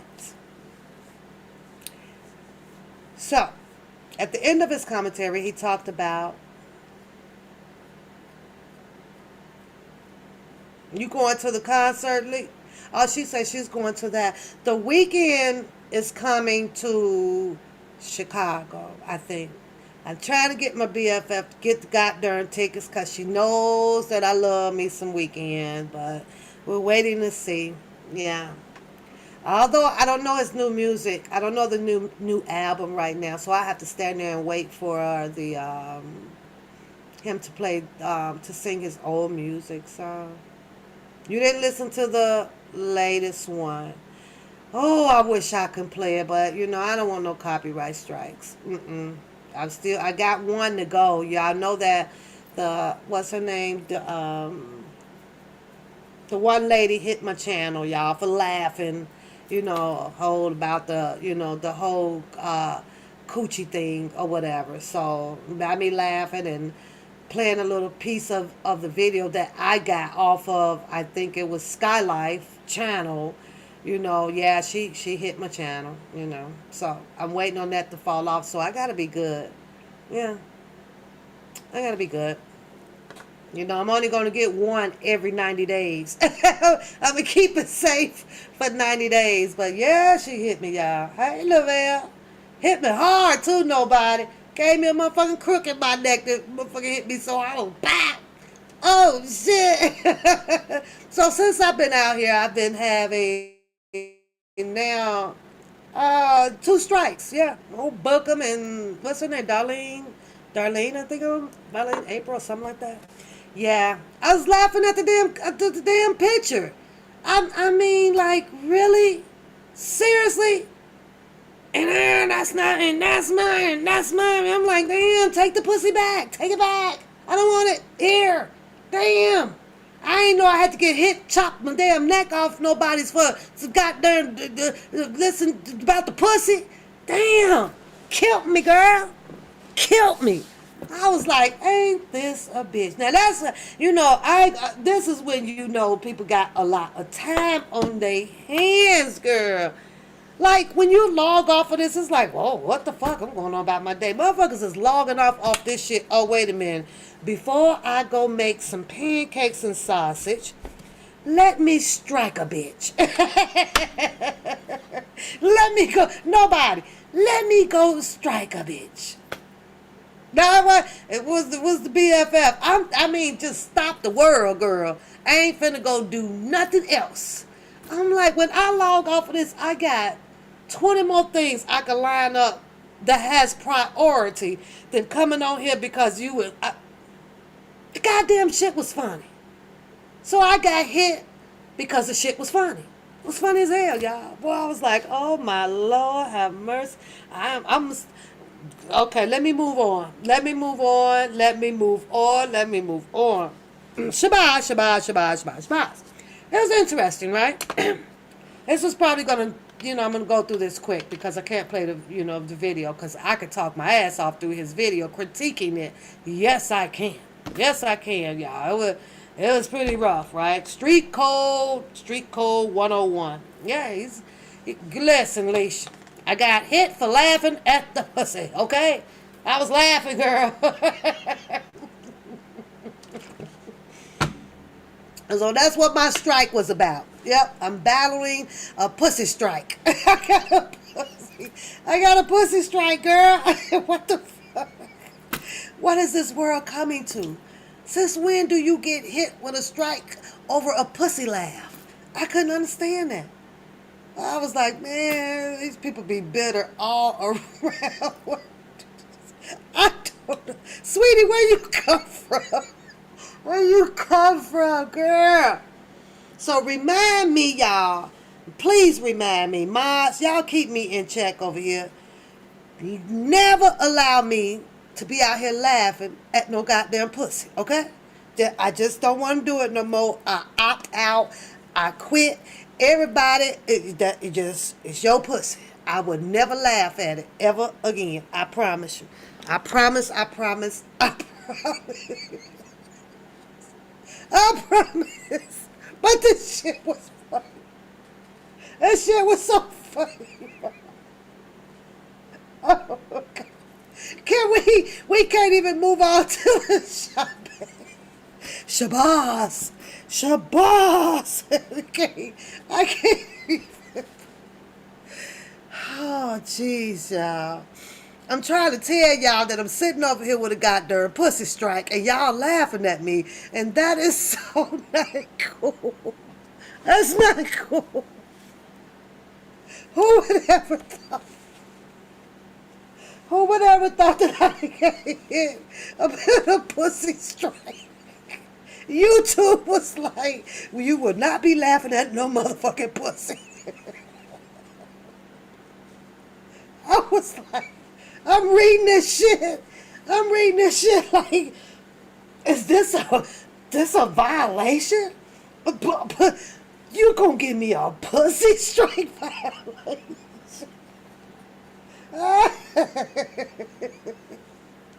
I ain't even talking about, listen, I'm not gonna even talk about a dick. Cause God behold if somebody put a dick strike on me, y'all. I don't know. I'm gonna have to shut my channel down. I'm gonna have to seriously go on vacation. I'm gonna have to take a YouTube vacation. If I get hit with a goddamn dick strike, that's it for me. I'm done. I quit. I promise y'all I quit. I fucking quit. You ain't laughing? Woo, child. I was reading that and I was like, I was like, out of all the things in the world, that's crazy. That's crazy as hell. I am not cutting no damn potatoes with scissors. Don't you fall for Shannon shit. I use the goddamn potato peeler. Now I know what the hell I use. What those scissors. But I'm gonna tell you this. I'm gonna tell you all this. Let me tell y'all this. See, we supposed to be talking about Shabazz, so y'all ain't shit right now. Y'all ain't shit. So, I gotta ask y'all a question. Sweet potato pie. How many of you guys make sweet potato pie? How many of you guys make sweet potato pie? Put a P in the chat for pie if you make sweet potato pie. If you don't, just remain silent. How many of y'all make a pie? I gotta tell y'all this funny ass shit, boy. I do. I don't know what it was. I just got a strike for it, girl. I just got a big YouTube was like, you out of line. You out of line. You out of line. Strike, bitch. Strike. Okay. So, y'all make the pies. Okay. Before you make your sweet potato pie, do you boil your potato? Yeah, we use a lot of sugar over here too. Do you boil the potato? Do you bake the potato before you do anything? You wash it. You wash your potato, your sweet potato, right? How do you guys prepare it? Do you boil it or do you bake it? I'm asking this for a reason because I saw some funny ass shit out. I promise y'all, I had promised myself to never to speak on it. I promised myself to never to speak on it, but I can't hold goddamn water. I got to speak on this shit here, y'all. I saw some funny shit. I swear to God. I swear to God, I did. I swear. Okay, you boil it. Okay, here's the next question. What is the reason for boiling it? Come on, y'all. Share it with the world. Even if you bake it, what is the reason of doing so? Do do do. Let's have somebody else out here that needed some help, that was out here fucking around with the goddamn sweet potato. Somebody didn't take sweet potato class 101. Somebody missed home economic class. Hello, ding dong. You're absolutely right. Which means that all you have to do, you cool it off for a minute. Yeah, for a parade. And you could just peel it, right? I swear to God, y'all, I seen somebody up under the umbrella camp up, I swear to God I did. Did a video on it, right? Well, was just talking, vibing with the peoples and everything. And I'm sitting here looking at the video. And was just struggling with it, right? Just cutting the raw potato. With the knife. Now she should have used some scissors, Shannon. She should have used scissors. Shannon. But when I tell you, who put something in the air fryer? No. When I tell you the whole hard potato was in the hand, and the best that you can do with the potato still being hard is just tear off, just cut through little chunks at a time. Look, when you get done, it look like a potato head. I'm just saying, you know how the potato just look all whooped up and everything, right? When I tell y'all that I saw this person peeling this hard potato with a knife,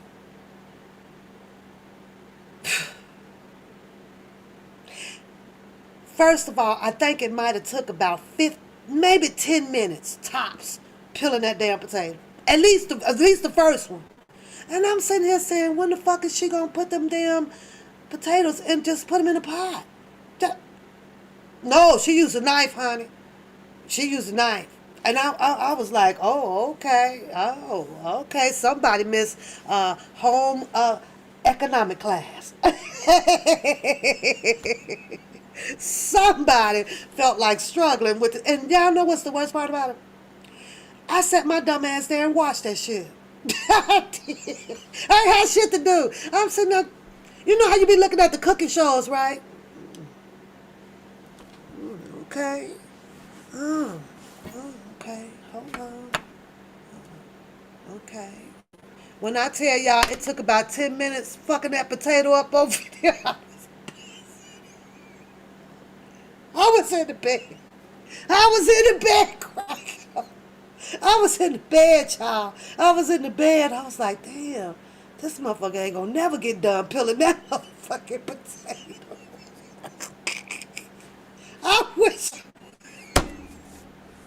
Ain't got nerves. Now, mind you, because I'm gonna take y'all somewhere, right? Now, mind you that this be some people that will come at your ass, got all kind of names about you, and do this, and you got the nerves to be standing there cutting a hard-ass potato with a goddamn little steak knife. Come on, y'all. Somebody better speak. Come on, y'all. See, it's people like that. And it's so smart. And you can't do that. You can't do that. And you fuck around and show a flaw that you have. And that flaw was that motherfucker missed a whole home economic goddamn class. Now, y'all know they taught that shit back there somewhere in ninth and 10th grade, some goddamn where. If you had home economics, you teach you how to sew, teach you how to cook, all that shit. And if not, then your mama in the kitchen. If your mama ain't there, your great grandmama or your grandmama done showed you. And just drop that on in the pocket. You got to get it solved. Even when you go to the grocery store and you pick it up, right? Aren't you asking yourself, damn, how I'm going to peel this? Because that's what I first did when I first ever picked up a lopsided looking crazy ass sweet potato. Who the fuck finna pull? Who the hell? When you can knock it on the concrete, who finna peel this? How am I gonna peel this? Then light bulb came on. I was like, oh shit, just drop these bitches in a boil of water. Or just put them in the oven, let them bake till the shit. That's how I figured it out. That's how I figured it out without my mama or anybody. But I knew damn well when I picked that potato up, wasn't nothing gonna peel that potato but a goddamn chainsaw. And I wasn't finna put a chainsaw to it. But Lisa, she said she going to cook her something to eat. I'm just saying. That was just a common sense thing. But baby, to watch a lady do it, it was the funniest thing in the world. Now I could see a man. I could see the man kind of struggling with it, and I'm being sexist right now. I could see the man doing it, but baby, nobodies. Your ex-boo here, Jason, don't be starting that stuff with nobodies. Oh, she chilling with us today. She ain't for your shit today. Ain't no rekindle. It ain't no you want her back. Ain't no you miss her. We don't want to hear that shit over here. So you broke up and with Randa, then you went with nobodies, and then you dumped both of them. You dumped both of them in like 3 months. Ain't no coming back. Ain't no. Let me ask the chat room. Should nobodies give Jason another chance? Put a C in the chat for chance. Put an N in the chat for no.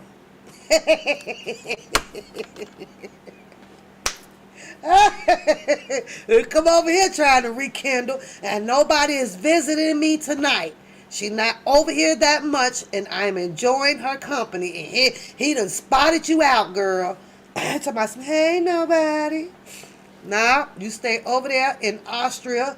Which, matter of fact, I'm gonna tell her. Nobody. He got a boo thing over in Australia or some shit. So,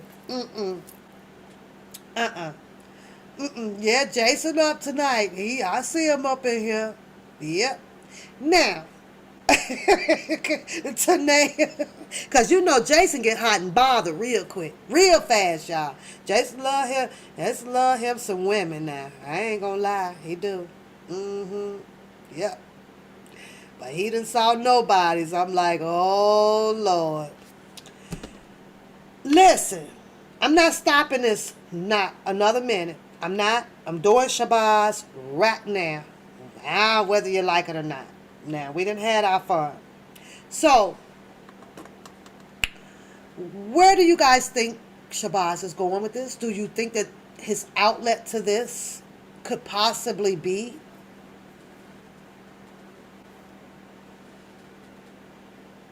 a documentary about who is who in this debacle? Do you guys think that? I'm just asking. I'm not saying that it is. I'm just asking, right? Shabazz started his podcast off today, elaborating on one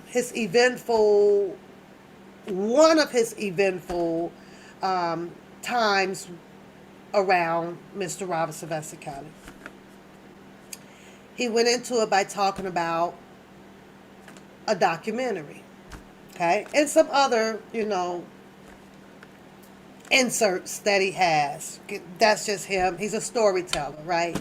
You can't tell a story too much without the funny detailings. Everybody got to put the little details of things in it.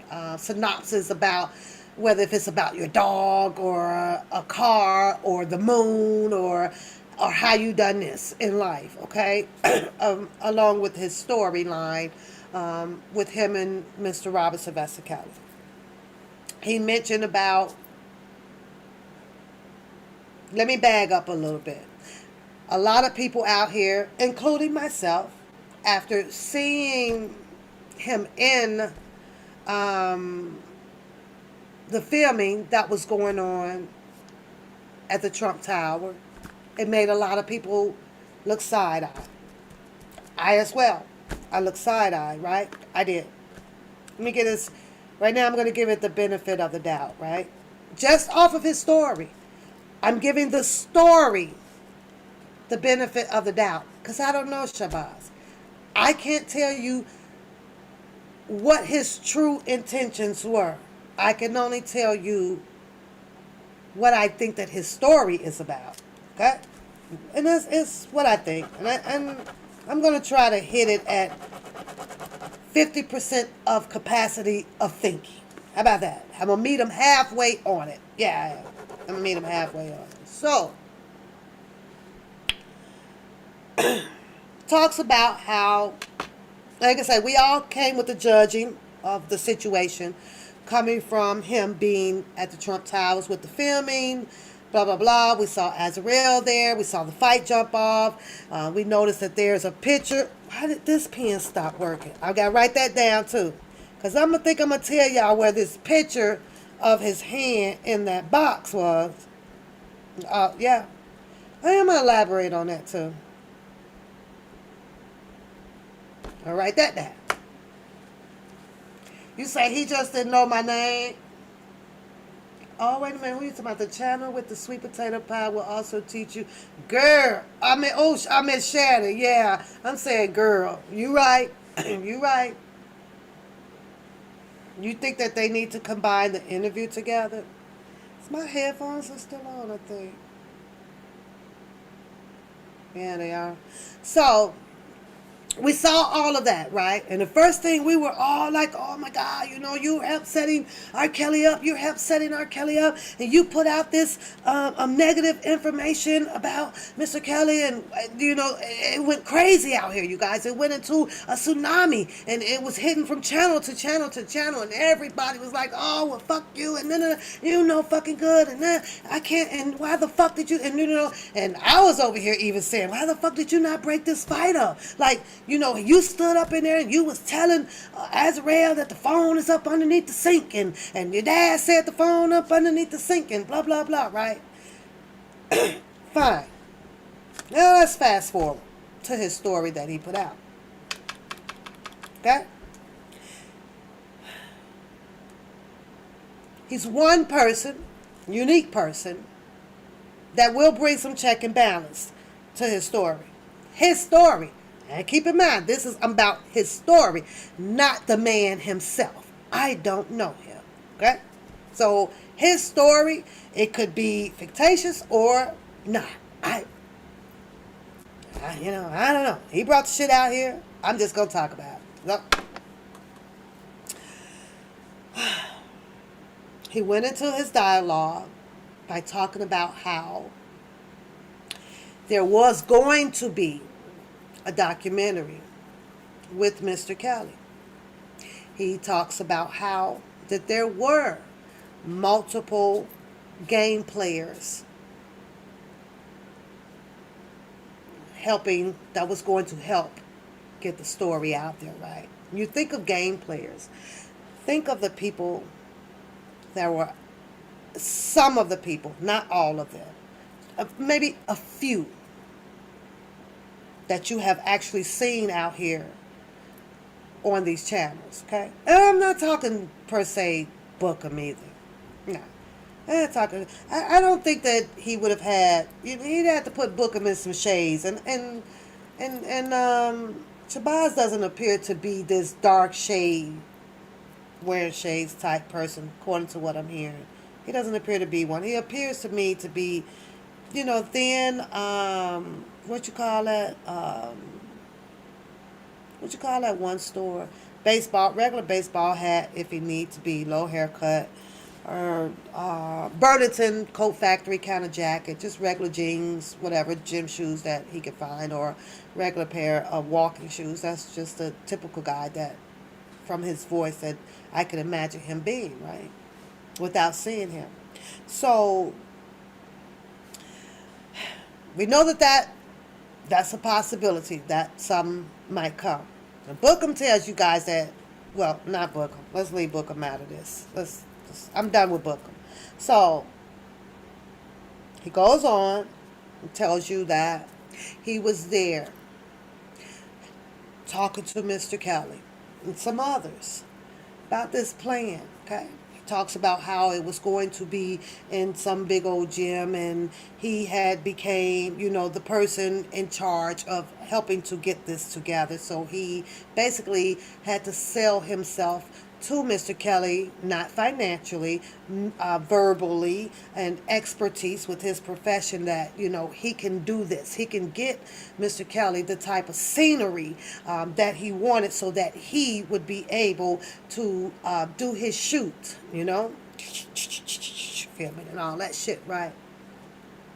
He was the man in charge. He basically tells everybody how he felt like that he was the bitch. Every now and then you got to become the bitch to get what you want out of some people. Would it be unfair to him, as well as with the other guy, I have to throw his name back out here, Don Russell, to do any type of work for anybody to not receive any monetary gain out of it? Everybody has to eat. Everybody has to live, okay? A job is a job. So apparently he went in to Mr. Kelly for employment per se, okay? Not that type of employment like how I do. Just a quick job, because I'm into the production. We can get your story out here, is what he was saying. It's going to give Mr. Kelly the opportunity to have his story out here way before the Lifetime docuseries dropped. We all know who tried to stop the Lifetime docuseries, right? We're all aware of that. So, in the process of doing so, Mr. Kelly had a whole bunch of different ideas, and I guess Shabazz had some ideas. They had to get some bleachers and things for this big old gym and this big red velvet curtain things and all this stuff. Now, this is what caught me with that, though, Shabazz, that you may have to elaborate back on, because you talked about being somewhat of somebody's bitch boy. And I could not understand, with this red velvet thing, I'm going to have to question your authority skills as well. You kind of lacked in that a little bit. And I'm going to tell you where you lacked on that at, right? Because you, this big person, and your expertise, in your profession of what you do. However, you claim that Mr. Kelly had specific detailings of how he wanted this production to be. You, on the other hand, because you wanted this production badly, it would benefit you, and at that point in time, it would have also, to your knowledge, and probably Mr. Kelly's, I don't know, can't speak for him, would have benefited him had you guys got a quick jump start out there with his story way before these females came out on the Lifetime movie, because according to Shabazz's admission, they kind of knew what was coming. And he set an example out here to everybody by saying what we all kind of know. Once you break it off with a person, man or a woman, somehow some of them just can't handle the truth. They gonna have a premeditated goddamn plan for your ass if you break up with me. Understand that? So, according to Shabazz's admission, they kind of knew this, But Shabazz was there on the scene. Don't ask me how he got there. He must have some good clientele and all that stuff. He says he could pick up the phone and get to anybody. That's what he says. He done got to Jennifer Bunjean. He done talked to Greenberg. He done talked to, everybody. He done been all up there with the Al Capones and all back down here to the Cisco's Amigos. Way he said, he can get you. Now, somehow, before they can finish the layout, get everything done. Now, I just moved a step ahead because I got to get back to this red velvet, Shabazz. I got to touch on this red velvet and this goddamn bitch analogy that you put out here. I got a problem with that. But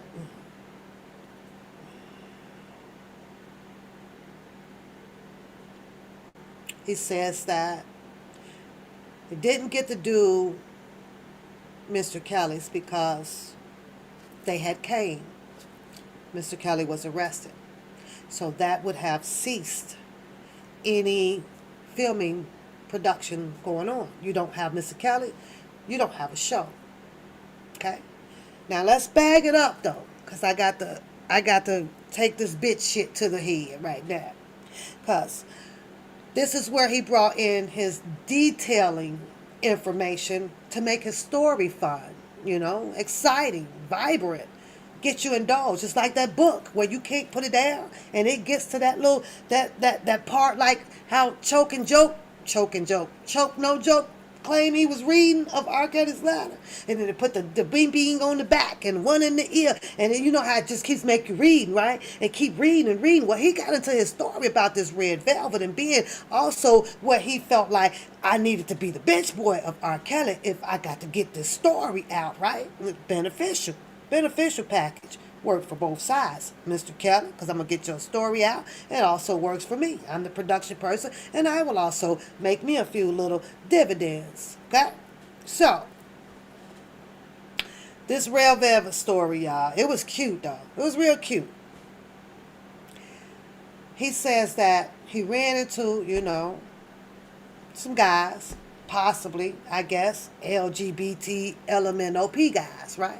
He had to let them know that he wasn't down with that way. Just show me what you got. This is what I need, He's thinking something about 30 foot.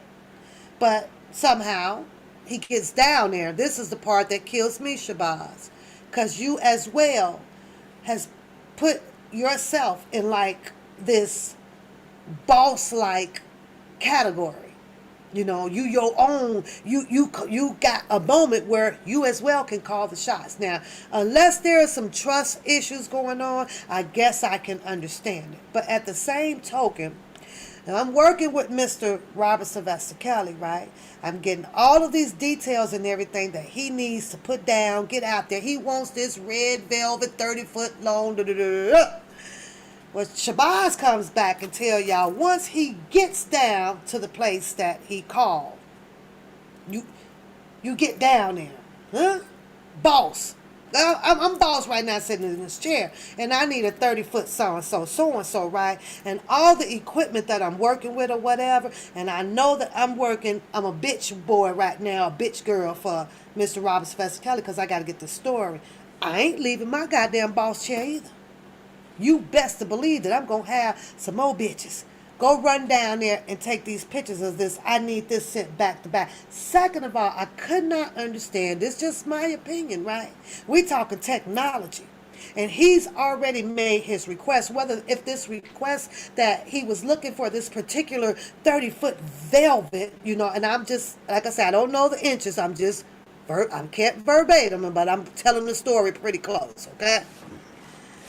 Even if I had to order it up from Spain, I don't know if we get nothing from Russia right now. Oh, they cutting Russia off. They pulling all the goddamn Russia beer off from the shelves and shit over here, y'all. Hey, listen, y'all. Okay, so exactly, Queen. You mean to tell me that he's by himself? Like you work alone? You didn't bring your bitches? I'm just saying. I ain't moving. I ain't letting Mr. Kelly up out my sight. We got a business deal going on. We got a proposition. Okay, but why are they working on some freaking curtains that he needed to find out once he got down there? He said that they were shower-like curtains, right? I damn near fell out my damn chair. And I'm saying to myself, but wait a minute. Why you just didn't have the LGBT, the two guys that, he was, keeping his butt away from, and stuff like that. Hey, dude, I ain't on this Playboy type of shit here that y'all own. What you got to show me? I just want the curtains, right? So, why you just send me a picture of it? It'd have saved on gas. Saved even on the foot pedaling. I'm just saying. Send me a picture of it. Because a picture would have given a boss a little bit of idea of whether or not to waste their freaking time. You understand what I'm saying? So that part right there with the Red Velvet, it just, boy, I was laughing so hard. I was like, well, that's good analogy. Okay, well, that's good deflection. Okay, well, that's perfect fit for the goddamn story. Made me laugh. I ain't gonna lie. Made me laugh my ass off. Well, opposite of it, but that he's a story writer. What do you do? He's I forget the name of the story writers. Exfinthia, something like that. It's EXPHAM, I think it's something like that. It's one of them crazy words. That's a storyteller, right? So I'm like, okay, I guess he'll get the red velvet thing all situated and all of that stuff, right? But funny, okay? Let's fast forward.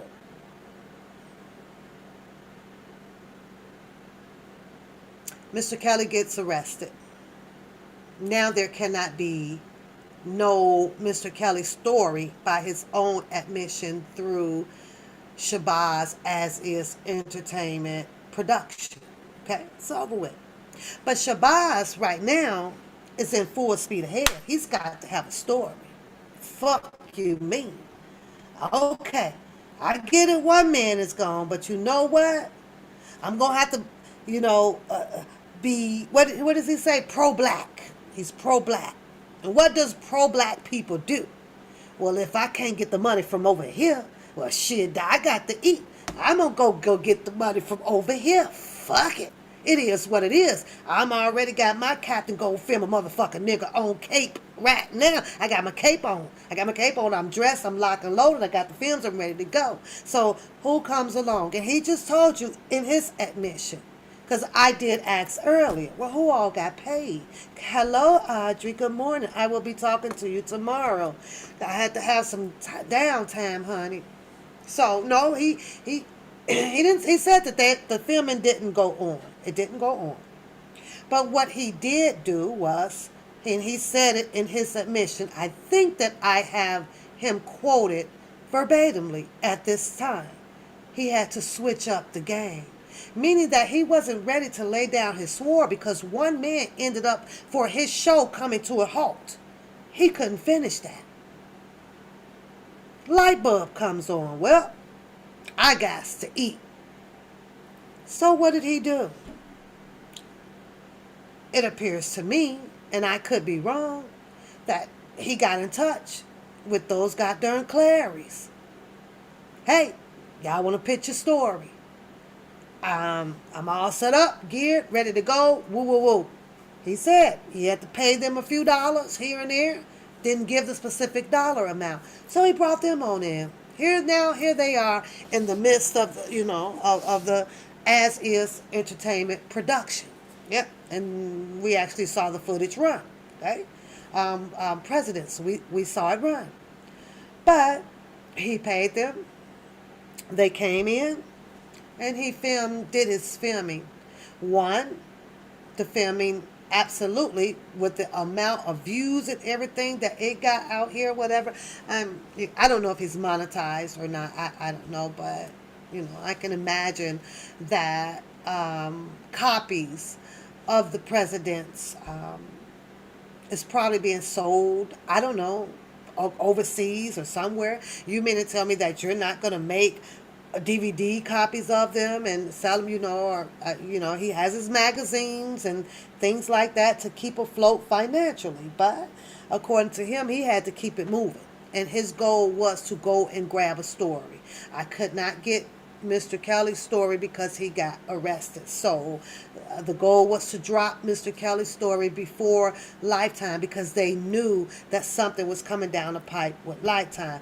I must say this, and I am going to say this. It kind of sounds similar to Don Russell's story. Amen? They were preparing to do this documenting. I have a hard time saying that damn word too, y'all, sometimes. Documentary, okay? You still listening? Okay. I'm just saying. Now, we'll talk about the mask. Because he says that he's going to be bringing it up in his next podcast. We'll talk about the mask. Yeah.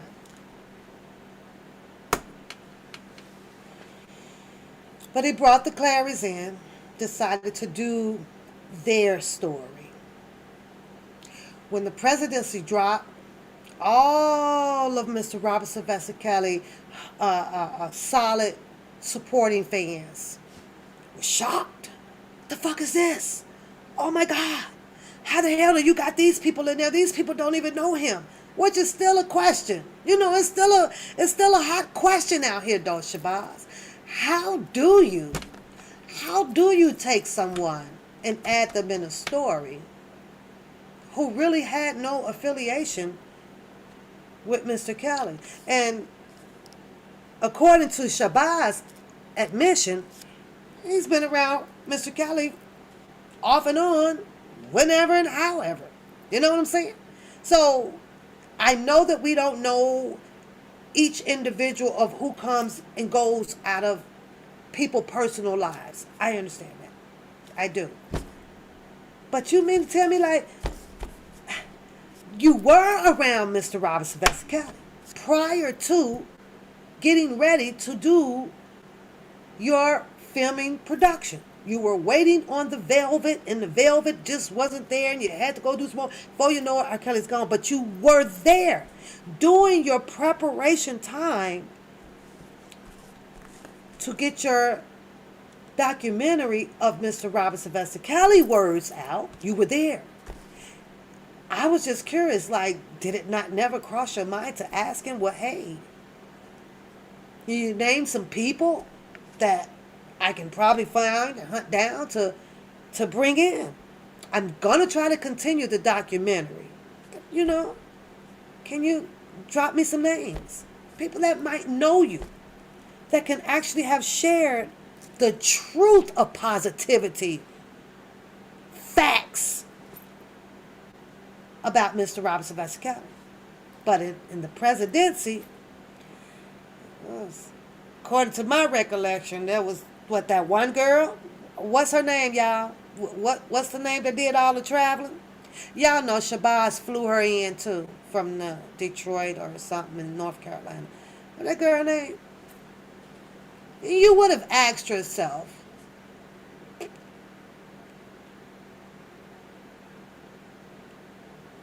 how long you been knowing Mr. Kelly? Okay. And, you know, a regular interview that would have allowed a person to have a better judgment of who to put in what appear to be R. Kelly supporters out here, a bias documentary. Thank you, Native. Yes, that one. You see what I'm saying? So to a lot of people out here, in some sense, we can only guesstimate. I like using that word too, Shabazz. Guesstimate. I like using that word.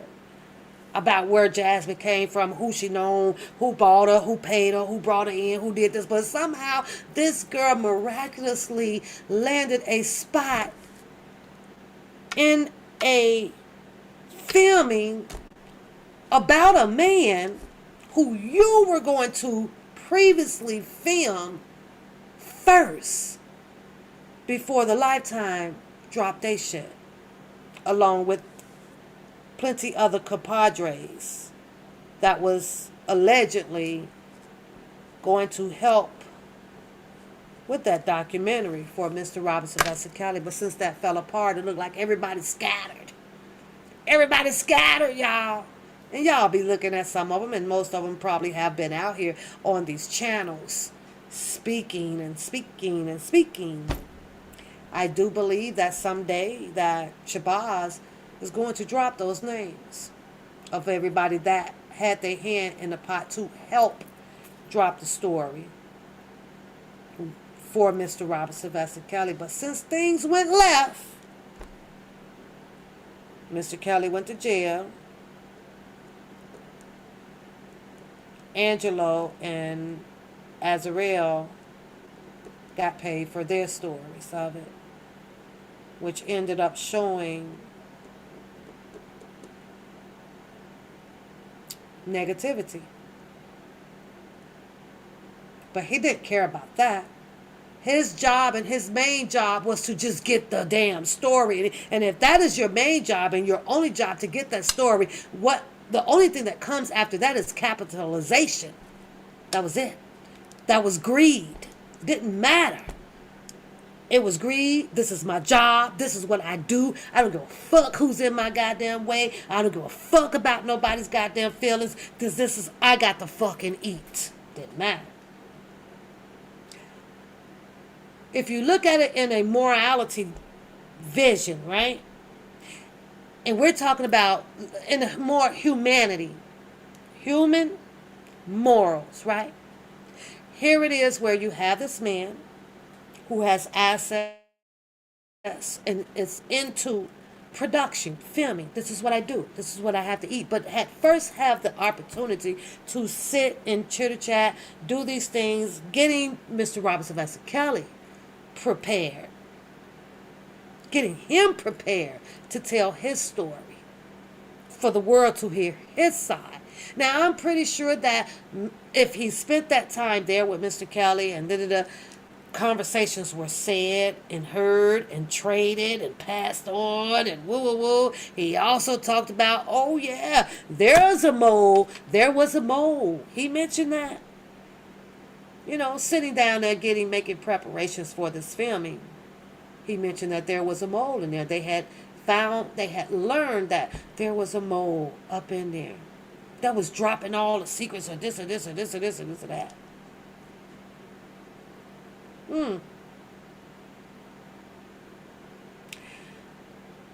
Now, I ain't here to gossip, and you ain't heard it from me. I like when Bush say that, even though I know where it came from, okay? But I'm just saying. Now, if you done been sitting down there with Mr. Kelly, then all of a sudden, like you said, you had to make it do what it do, so you had to switch up the game. But who's to say that you didn't take anything? How bond was your word and your trust to Mr. Robert Sylvester Kelly? How does the world is supposed to know and believe, which we will never do? And he stated that. He states that when he comes on, he don't give a fuck what nobody believe in her. He doesn't give a fuck. So I'm okay to say it. He don't give a fuck about what I'm saying. Okay? But how is the world, how are you supposed to plant the seed or this vision for the world to even have integrity and in trust in you when it appears if you can make that switcheroo like that to go work with R. Kelly's enemies at the time? They became his enemies. And if you are the center of attraction that got to put this story together, who's to say that you ain't telling the enemies of some of the shit of what Mr. Kelly done told you, unless you went over there to talk to Angelo and Azarel about using the same red velvet fucking 50 feet curtain. Maybe that's it. I don't know. I'm just saying. So one would have to understand why the people would be diverse in what they're seeing. 1 minute they're angry, 1 minute they're humble, 1 minute they agitated. All up in the same motherfucking circle, under the same fucking umbrella. And this is what people like Shabazz, with bringing his podcast out, intermittently stories, brings these allegations, the speculations, insinuations out. But when we make them, the human population, this R. Kelly's populated supporting team out here, make them.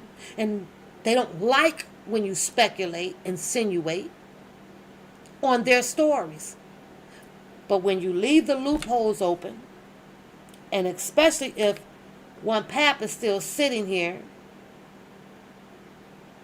with the who, what, when, wheres, and whys to these loopholes, which I know that there will never be a never-ending fucking story. It'll never be a never-ending. We're used to it now, but your shit is funny. I like it. You know, it's funny. It's funny. It kept me engaged. And that's what storytellers are supposed to do. So I had to do a thumbs up because of the engagement that it was, and because of the way that he was telling the story, not because of the man that who he is. See, I now can accept and recognize him as this street nigga. But it takes a street bitch to understand a street nigga. You feel what I'm saying? It's just that's just the way it is. I love this story about how he told whatever his girlfriend said. They train like motherfucking poodles to him. It don't matter who the fuck they fucking later. I was like, well, nigga, let me get my motherfucking niggas like that. Nigga, heard it through the grapevine. It is what it is, though. That's his prerogative. Somewhere down the line, as it gets older, one of them females gonna probably wise up and fool the shit out of him. Like, move the fuck around. You know what I'm saying? But he said he got it like that. So that's pretty much, where I'm at with that. He says that he's going to be dropping in this next podcast this thing about this mask. Now that can fall one or two ways. Was the mask actually purchased for him to have while filming this documentary? Was it for that? Or was it really bought for the reason that Drunken Larry said that it was bought for? Mr. Kelly to flee. He bought a mask that looks identical to him to flee. Nobody was going to recognize him. Drunken Larry. I was busting up on that shit. That shit was hilarious, y'all. That shit was hilarious. So it was either for that or for that. That's just my speculations and my opinion, my opinion about that freaking mask. But I don't wait to see what old Shabazz will have to say about that. Kudos out to him for having such a extended resume based on his life. And by the way, yeah, I used to eat those chitlins too. Yeah. I used to have all that goddamn ghetto ass food that you had. Yeah, I did. Every last bit of it. What you had. Matter of fact, I'm gonna go and get me some of that goddamn what's hog head cheese. When I hit Chicago, I'm going right on over to my special shop over there and get me some hot hog head ass cheese, and with them goddamn crackers, and fold that shit right on up in there and woof it down. Yep, I am. It kind of sucks when you kind of grow up and kind of know the same mentality, street, gang and thug talk and street code and all that shit. Kind of fucked up though, ain't it?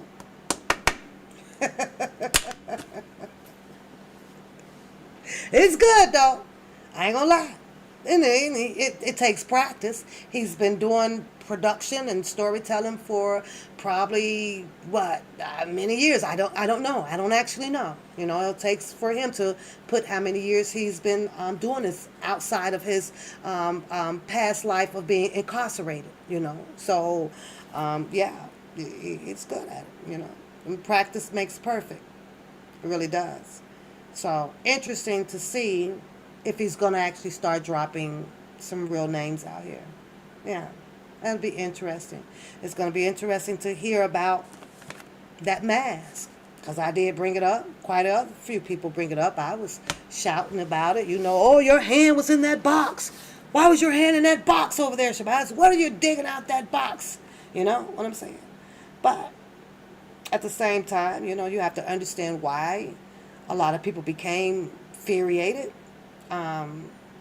to see you, in this man's home, and then to now come out and drop your story about that there was going to be a previous documentary solely for Mr. Robert Sylvester Kelly before the Lifetime movie even dropped. You guys were going to get a jump start on that. Don Russell mentioned something about that too. Yeah. He did. That they were working on something. They were working on something big to get out here. And in the meantime, is this the reason why, I'm just hypothetically speaking right now, is this the reason why, Shabazz, is this something that has to do with Don Russell going over there and trying to attempt to postpone this Lifetime docuseries, but then shit went to hell? I'd like to hear what your analogy is on that too. I do.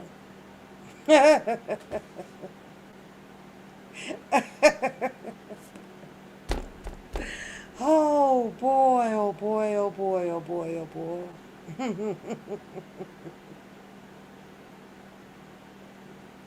Well, we know that that would be the truth, Jocelyn. Definitely.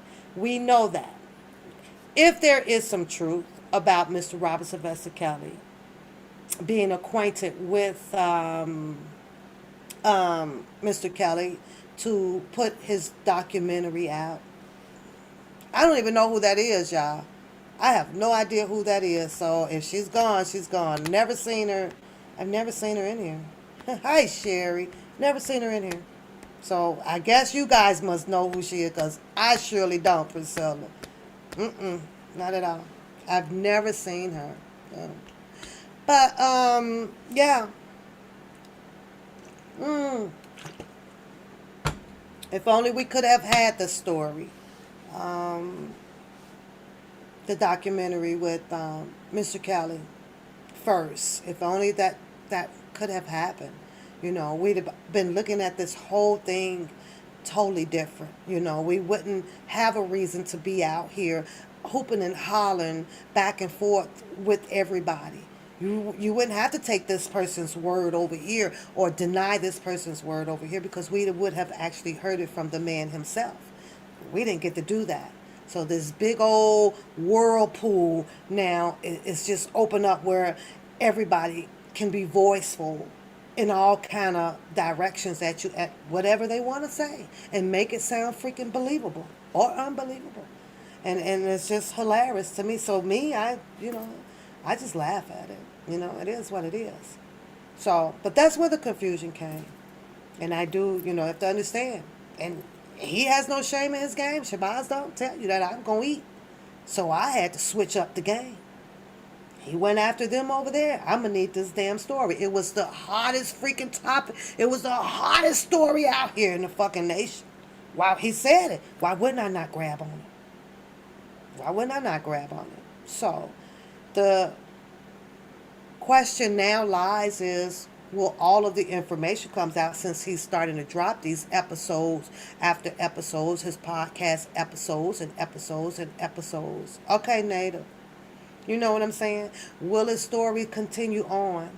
Will he be the one to end the who is the who and the why and the whys? I don't know. Or will he just hold on to it? Listen, Tanea, ain't no one with. I don't. Girl, we ain't doing leave that over there to that boy. Nope. I'm not a crossover. I just can't, I can't do it. It's enough of. Sometimes I feel like I want to throw a whole damn boycott to all of the rich people out here. I be wanting no more money. That's it. Go sit y'all asses down. Once you done got your ass up over 10 million or 15 million, that's it. Go sit down and enjoy life. It's somebody else's time. Don't come out with no more shoes. Don't make no more coats. Don't make shit else. Nothing. Go sit down. Let another entrepreneur or a music celebrity come up. Go sit your ass down. I do. I be wanting to boycott it so bad, you just don't know. But I'm only one person. I can't do that. It's a cutoff. It's cut off. And can't nobody in your family do shit either. Not your sister, your brother, your mama, your auntie, nobody. You gonna go and take care of them now, so that the public now can go help another person get up there. That's enough of that shit. Stop having all them damn babies and stop leaving all these damn women so you don't have to pay all this goddamn spousal support and stuff like that or whatever. So, I don't know. I don't want to support no more celebrities. I don't. I'm tired of doing it. I don't. No. After Mr. Robert Sylvester Kelly, that's definitely going to be it. That's it. Well, I do plan on going into the weekend, unless it's a concert. Let me change that. Unless I end up going to one or two of the concerts or something like that. No. I'm done. Like, this is ridiculous. We've made all of these people so freaking rich out here. And look at all of the freaking control that they have. And look at all of the freaking damage that they can do. not only to the public, but to themselves. It's like, no, when are they going to stop? When are they going to learn? No, you never do. Not with all that money in your hand. Because we could do what we want to do. We do what we want to do. Now, in 5 minutes, because I know ain't nobody going to come up on the panel because y'all always leave me up here by myself. But it is now coming up on 1:33, 2 o'clock. And I'm about to go to bed. I hope you guys have enjoyed the show today. I hit a lot of topics out here. A lot of topics. So, I don't know. We shall see. I'm going to get my hot shower, brush my teeth, and I'm going to bed. And I will see you guys back here on Ladies' Night. Keep in mind, everything that I say, it's just my opinions over here on the One Papu Show, aka One Pap Show. You say the Southern soul music is where I know that's right. I know that's right. So I'm gonna read some of y'all comments just for about 5 minutes, though. You say it's 2:34, girl. I got to get up at 7. I'm gonna go to bed. But yeah, to each his own out there. But I'm glad. I'm gonna always be glad that Pap stayed in her own lane, doing her own thing over here. It feels so good to not see yourself caught up out there in a bunch of mess. First of all, I knew I was too grown to do so. So, it is, Native. I feel so much better because, baby, when I tell you I was clicking back and forth, you could feel the slingshots, right? You could feel the slingshots, and it's like it's just getting more aggressive, more tenacious. It's crazy. I don't know. I have to think of something. Shoot me some emails, you guys, or send me a text message. Let me know what you guys want to talk about for Ladies' Night. So, and I'm sure, but you know me, Tanea, all you gotta do is just get my mouth running, girl, and I'll get to talking. I love to talk. I loves to talk, but keep in mind, ain't nobody gonna love you like you do. Ain't nobody gonna love you like you do. No matter how many ideas, no matter how much they choose to correct something that may be wrong with you, no matter how they feel about you, no matter all that shit, nobody is going to love you like you. And as long as I love me, this umbrella out here clearly has to understand that there is absolutely nothing you can say or do to demise my self-esteem. That shit been blowed up. I'm still trying to catch my shit. I'm still trying to catch my goddamn self-esteem. Leo. Goddamn Leo. Born by the jungle, gonna die by the jungle. Not by the gun. I don't die by no gun. They say that shit hurt. No. When you roar, I'll roar. You be quiet, I'll be quiet. Because I'm a talker my damn self. You cuss, I'm going to cuss. You going to pray, I'm going to pray. So whichever it is, it doesn't matter. I love you guys, binoculars. Y'all see me? We see you. We see you. Y'all put them up. You turn them up real loud so you can see real good. So, but yes. Don't forget, you guys, hit the like button. Hit the share button. I got to find a great thumbnail for this one right here because, yeah, it wasn't no chop and screw. I hit everything that I pretty much wanted to come on and talk about. And I also vibed with the chat room and got rid of my goddamn headache because YouTube today, this was my first headache. Because the more you keep hearing the repetitious threats and things of what you're going to do, and it becomes a headache, man. It's like, what? Like, huh? When? Hear us roar. So, I gotta go. I will see you guys What is this? Yeah, I'll see you. I don't know. Y'all know me. I'm spontaneous. I might pop back in before then in case I find something else funny to laugh about. But until then, I'm just going to say I will see you guys later. How about that? But I know definitely for Saturday. But I will see you guys soon. Let's put it like that. I'm spontaneous. I come on here on my goddamn, doing the workflow when I find some shit funny. Sure will. Sure will. Yes, I will. Yes, I will. But other than that, you guys, I gotta go. Have a good night, you guys.